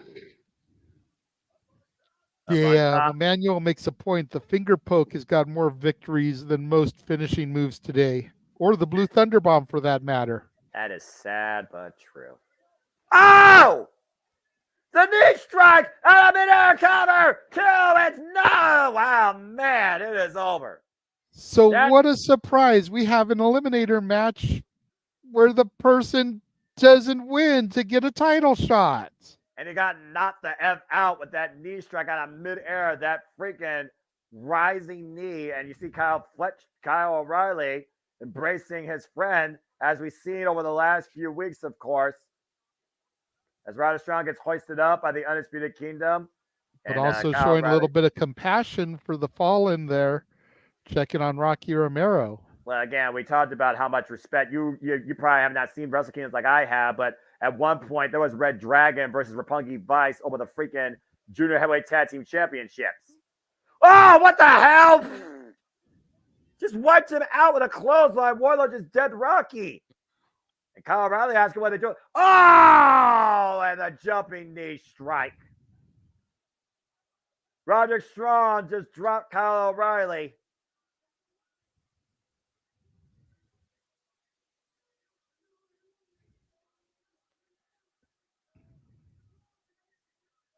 And Roderick I smell a dynasty match. And Roderick Strong's true colors showing.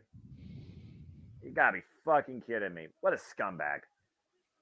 Something tells me this is going to be added to next Sunday's card, Noah. I mean, I wouldn't mind it. I mean, again, I understand the pride that Roderick Strong has, but Kyle O'Reilly can show compassion if he wants to towards other friends. It doesn't have to be just towards you. International Championship, reminding Kyle O'Reilly exactly who he is and who is now his family, and that is undisputed. As we look back at AEW Collision, it was last week Saturday that the magical girl Yuka Sakazaki took flight and pinned Trish Adora in her return to U.S. action. And she cut the eye of one professor of professional wrestling in Serena Deeb. Very interesting face-off here. Let's go to Lexi Nair and maybe get more on this. I love Serena Deeb, by the way. Such a respectable individual. Master of her craft. Yep. Need to put her in charge of the fledgling women's division. Let her book it. Yeah, I know, right? How many times have I fucking said that? Anyway.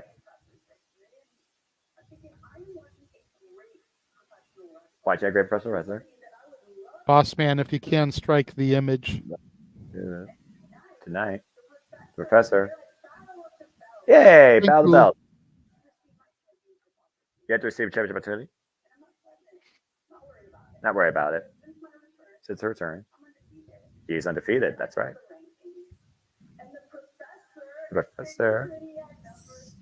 Professor, sitting pretty. Week by week, climbing that ladder. To now become champion. But which champion? Ooh. Serena Deeb inviting Yuka Sakazaki into her dojo. Ooh. The professor of professional wrestling. Damn it. And we do not digress. Not with her. Battle of the Belts main event up next. That was a nice little interview. Again, it's so good to see Serena Deeb back into the hell that she went through, surviving seizures and just fine-tuning herself. Nothing but respect for that woman. And I like that aspect. Serena Deeb versus Yuka Sakazaki. I like that. I like that. Definitely sounds like it'd be a good one. Well, I mean, I don't really know anything about the other girl woman, but I do know Serena Deeb, and I know she could wrestle a freaking cockroach, and the cockroach would get a Hall of Fame inducted because of the match with Serena Deeb. So, well, that's if the cockroach still has all its legs and Serena Deeb doesn't detach them, but that's a whole different conversation. The cockroach could be missing legs, and it'll still get a Hall of Fame induction because Serena Deeb will have that damn good of a match. That's fair. I love Serena Deeb's motivation and just her overall character and her technical wrestling prowess. I still need to fucking see and call Serena Deeb versus Deonna Purrazzo. Damn it! Give it time, brother. Give it time. I'm impatient sometimes, JJ. Trust, I know. I love wrestling too much. But you need to call Serena Deeb versus Deonna Purrazzo. You need to call Mercedes Moné versus Deonna Purrazzo. Yes.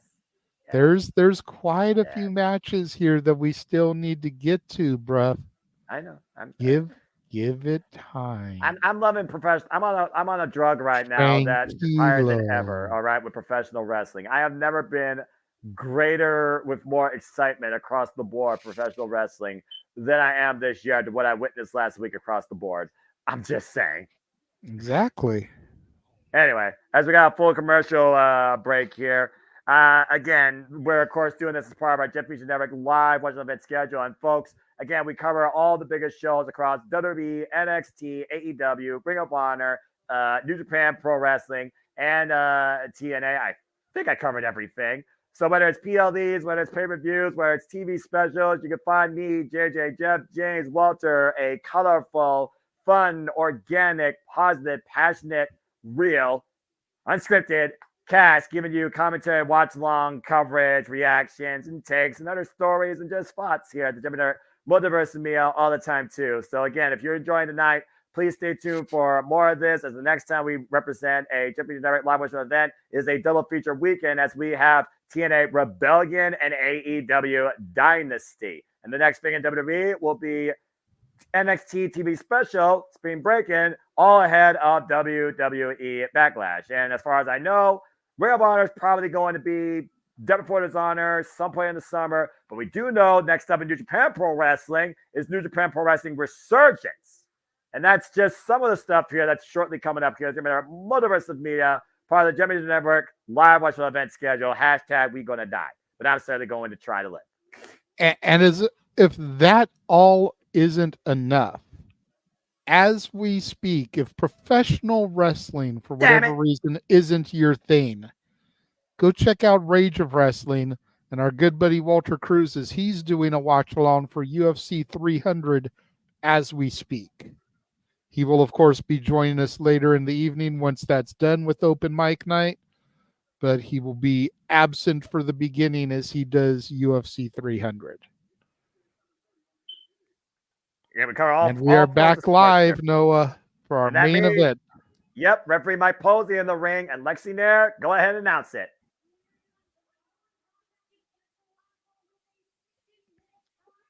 Guarantee 60-minute time limit, but only 17 minutes left in the broadcast. Okay.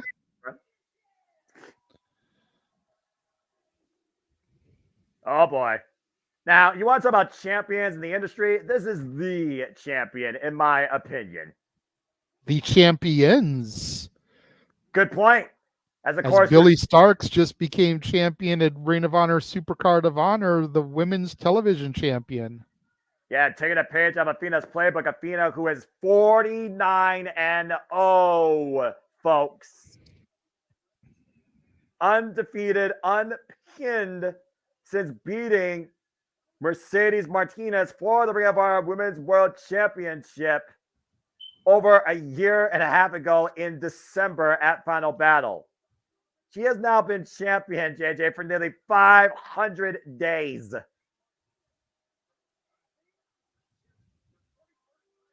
Athena going to her 21st title defense. How's that for work ethic? Hey, that's not bad. It's actually a good ring announcing, by the way. MIT on full display here as MNT rules Ring of Honor's women's division. As Athena stirs up tonight with Red Velvet. Oh, boy. Straight out of your mama's kitchen, JJ. I love that. It just makes me chuckle every time. Right? And the fact that she comes out with an apron.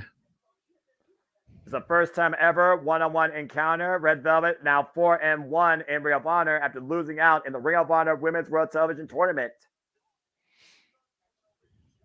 Of course, Red Velvet made all the way to semifinals before she lost to Queen Aminata.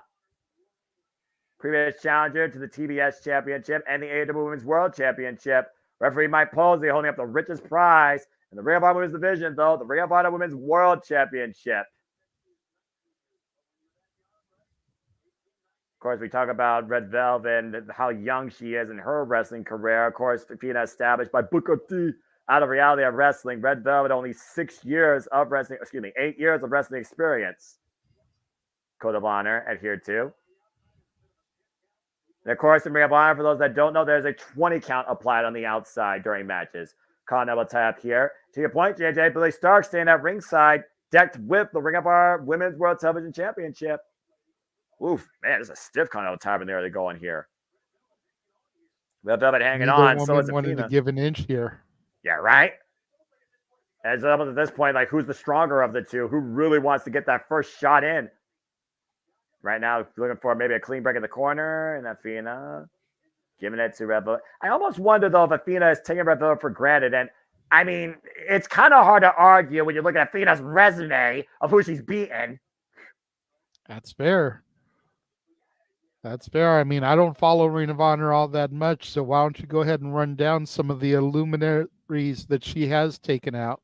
As she goes to her 21st defense, day 491, she has beaten, of course, her own student in Billy Stark. She also has defeated Willow Nightingale, Nada Rose, 2 out of 3 tables match. Mercedes Martinez, Angela Love, Legit Leda Hirsch, Mia Yamashita, Sky Blue, Kiara Hogan twice, including a street fight. Marina Shafir, Willow Nightingale, of course, in the main event. And, of course, most recently, her greatest win ever, arguably, Hikaru Shida. And of course, Battle of the Belts here right now. You're looking to create a moment. Red Velvet, all it takes is 3 seconds. That's the clothesline.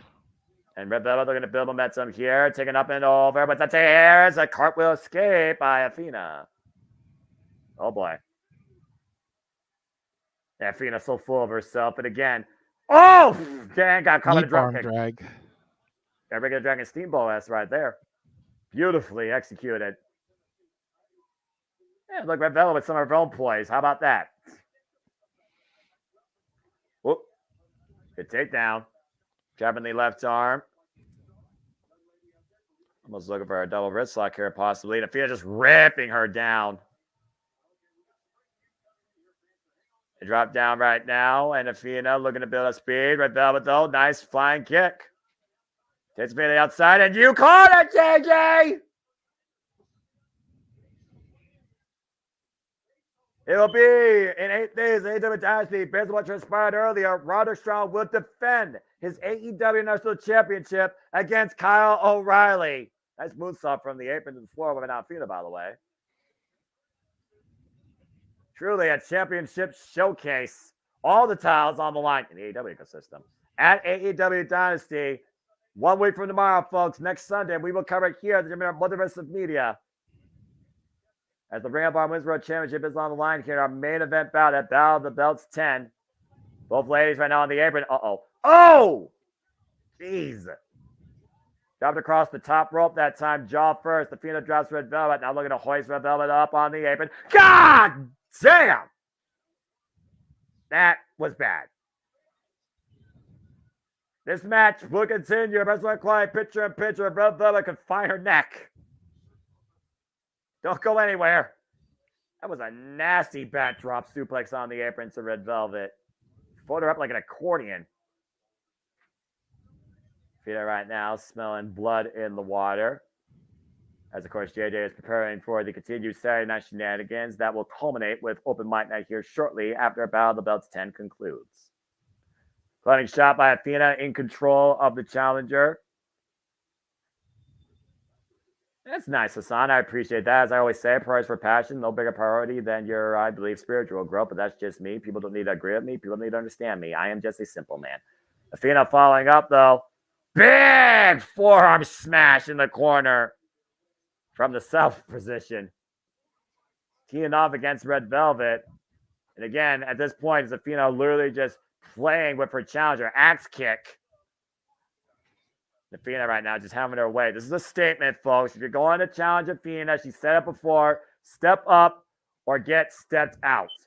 And right Noah, now, really quickly, I'm going to try to log into Jeff's account while I'm still here. Okay. So if you lose me real quick, that's why. Gotcha, brother. And Red Velvet right now trying to stir up some offense here, teeing off against Athena with these Grizzly Madness, and one stiff shot took Red Velvet down. Athena just standing tall over her adversary, asserting her dominance. She looks insulted almost, by the way, with Red Velvet. And right now just teeing off those kicks in between the shoulder blades, lightening up the spine of Red Velvet. And Athena right now, I wonder what Athena's looking for here, just driving her face first in the top turnbuckle. It's almost like Athena feels like she can end this match at any moment, but doesn't want to. Hung up in the tree of woe. And, oh my gosh, kicks right up into the spine from the tree of woe position.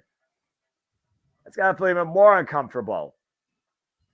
Billy Starr's watching proudly at her, and I can't believe she said this, new mother go to work after her mother said what you did was dishonorable when she, of course, won the Ring of Honor Women's World Television Championship the way she did, faking an injury. And Red Velvet right now taking Athena down to her knees, off the ropes, and Athena, wow, God, planted, high stack 2, no, off the spine buster. Oof. Athena's starting to wonder what it's going to take to put her opponent away as we go to full commercial here temporarily. I still hate television. I always will. I don't care what company's on my screen. I still hate television. Anyway, yeah, full commercial now, so I got a moment to breathe her again. Athena, by the way, folks, it doesn't matter whether it's Tokyo Joshi Pro, AEW, Independence, Ring of Honor. Nobody can stop her. Nobody. Who the hell at this point is going to dethrone Athena for this title, if anybody?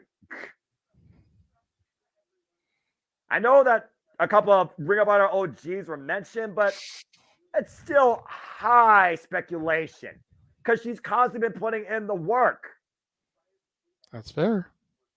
Of course, to your point, though, in a previous era of Women of Honor, you had champions like Kelly Klein, Thunderbreaker DMD, and of course, Roxy and the Virtuosa, Deonna Purrazzo. And as we know, next week, Wednesday, Deonna Purrazzo will go one-on-one with Mariah May, reminding people exactly who the Virtuosa is. As we are back here at Battle of the Belts 10 in our main event here, Ring of Honor Women's World Championship on the line, Red Velvet versus the Fallen Goddess Athena. Up and around, take over T. Harris. Oh, look at that. Hunks Athena across the second rope and might be looking to drive those knees in between the shoulder blades, the Fallen Goddess. Red Velvet right now in control. Up the ropes again, up and around. Uh-oh, and Athena. Oh! Red Velvet caught her too!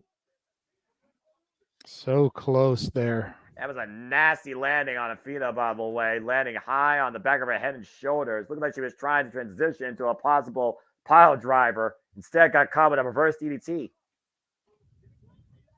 And you see Athena right now begging off. This is unlike Athena. And wait a minute. Oh! Drop jaw first in the second turnbuckle pad. And a note, folks, next week, Saturday Live, back-to-back, it's Collision and Rampage. And it's 420 next Saturday, so you know who's showing up. Bro through, Fireman's Carry off the wasteland. Athena, oh man, just again, rolling through again, holding Red Velvet up in the Fireman's Carry position with these wastelands, these steamrollers. Athena stirring up her own formula for success here. Looking for an insult right here. Red Velvet, able to counter, hook of the leg, two. Ooh. That's what you get for taking your opponent live. It takes 3 seconds. Cazadora. Oh, man! Athena with the power slam. One arm cover. Two. Look at the leg. No! Great counter off the Cazadora Bulldog attempt by Red Velvet. You see the look on Athena's face, though. I really am starting to sense maybe that she's getting frustrated. Yeah. She's got to try and keep her cool. She can't let Red Velvet get into her head. The fact that she keeps kicking out. There's a reason why Athena's been champion for almost 500 days. She needs to not let Velvet get the better of her here. Oh, what a high kick. The flexibility of Red Velvet, I tell you what. Caught her right there on the temple in the air. Big right, rocks Athena again. Not going to win out of her. Oh! There, Red Velvet up to the top rope, hooking the arm. Oh, man, Frankensteiner sorts. It almost looked like a code red. She just didn't stay connected to it. And she was looking for that chef's kiss, that kick. Oh, got her that time with that kick, though. To your point, might be looking again for the Cobra instead, up and around. DDT spiked Athena. Cover, shoot the half. Hook of the leg, 2 new champion. No. Woo.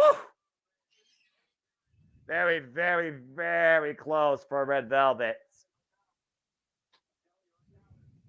And so much action ahead in the professional wrestling industry, including AEW. Next week, mixed tag team match. Adam Cole and Will Nightingale tagging alongside each other against Brody King, Julia Hart. We got Pac, Daniel Garcia, and Penta taking on Kazuchika Okada and company in a trios match. A preview, of course, of the AEW Continental Championship match that will happen at Dynasty. Also, Taz will broker a meeting with Chris Jericho and his own son, Hook. And John Moxley returns as IWGP World Heavyweight Champion after being Tetsuya Naito last night at Windy City Riot. And we'll also hear from Swerve Strickland and Samoa Joe.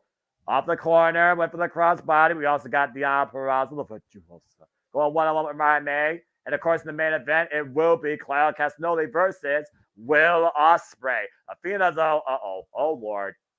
What are we doing? Oh! Nasty slam down on the floor. But somehow it seems like it just fired Red Velvet up. Big move from Athena there. Yeah, well, that's one way to snuff out a rally potentially. Athena right now just dropped Red Velvet where she stood. And Billy Starks right now applauding at rings. Look at Billy Starks' shirt, by the way. Gotcha. Clearly has adopted the attitude of Athena. Oh, man. Athena ran down Red Velvet into the LED board again. That is one pissed off fallen goddess. Yes. Throwing Red Velvet back into the ring here. At this point, you got to imagine we're just an old face away from the win. Athena right now might be looking to hook her up for a power bomb, hoisting her up. Oh, no, wait a minute. I've seen this before. Oh, wait a minute. Attempted sunset flip. Cover. 2. Whoa. And then almost got Athena again. Athena missed the clothesline. Pump kick. Oh, front kick met with a receipt off the friggin' elbow. That friggin' forearm just smacked Red Velvet. Back into the kitchen. And Athena up to the top rope. The fallen goddess may look to fly. Oh, face! Cover 2. That is it.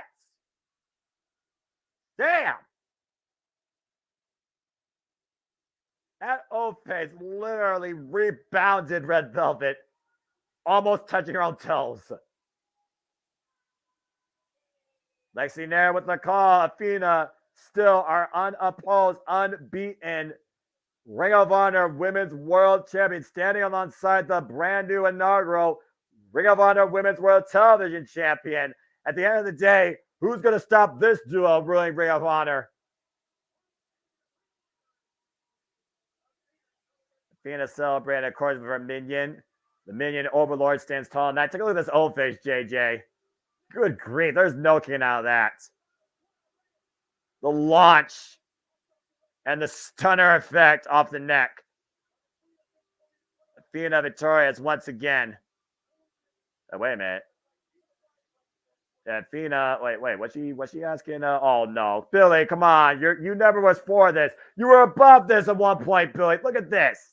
Both the Ring of Honor Women's World and Women's World Television Championships, literally right next to each other, face down in the ring. Oh, come on. This is oh, well, Red Velvet with a big old FU. And Red Velvet finding out Billy Starks and Athena will not take this disrespect lightly. Athena right now teeing on that double team here. She's getting her butt kicked. Again, the face of defiance. And now Billy Starks to the Ring of Honor. Wait a minute. Uh-oh. That's Queen Aminata, and I guarantee you she's pissed off. That's her name. Oh, man. Smashes Athena. Oh, God, a headbutt. Just wiped out Billy Starks. The Queen has come out for revenge, hooking up Athena. Aaron Crash! Well, I guess tonight, Queen Aminata got you. Yeah, Something tells me this is far from over with Queen Aminata and Billy Starks and Red Velvet and Athena. Well, the fallen goddess may remain champion, but the fallen goddess has fallen, at least for now. Again, next week, live Saturday, back-to-back. We knew they had to do something to show at least a little bit of chink in the armor, Noah. Well, I mean, someone has to, right? And again, we talk about that fake. Yeah, I mean, Queen Aminata has not forgotten that. Sorry. Yeah. No, you're fine. For the Brandon Gay Wrestling, JD Williams, for James Hebert, for Jeff Meacham, I'm Seminole Foster. Thanks for tuning in to our coverage of Battle Belts X and Collision as we immediately are about to transition into the weekly Sandwich Shenanigans that are open mic night. Thanks for tuning in to this part of the Championship Network presentation. Good stuff, by the way. We are actually rolling with the opening open mic night right now. It was fun having everybody on the call at one point, including a cameo by Tony Khan and the outside ring mat. That was amazing. So, good stuff. I'm giving him the line once I can. I'm telling you right now, I'm giving him the line once I can. Oh, you have to. You have to as soon as he shows up. No doubt about it. We are actually rolling with the opening open mic night right now on the other side. So we will see you guys over there right now. Head over to the stream. Open mic night. You do not want to miss the start of this week's episode, folks. I promise. He is Noah Foster. You just saw the ring of J. Williams. With our thanks to Tony Khan and the outside ring mat. I am Jeff Meacham saying good night, everybody. Damn it. this stream. Come on, computer. Having two of them go at the same time is making it hard for me to edit. Give me a second, folks. I'll say you're really testing your bandwidth. I see the link. I'll see you on the other side. I'll go over here and do it because I'm just that smart. And there you go. Just cut it off.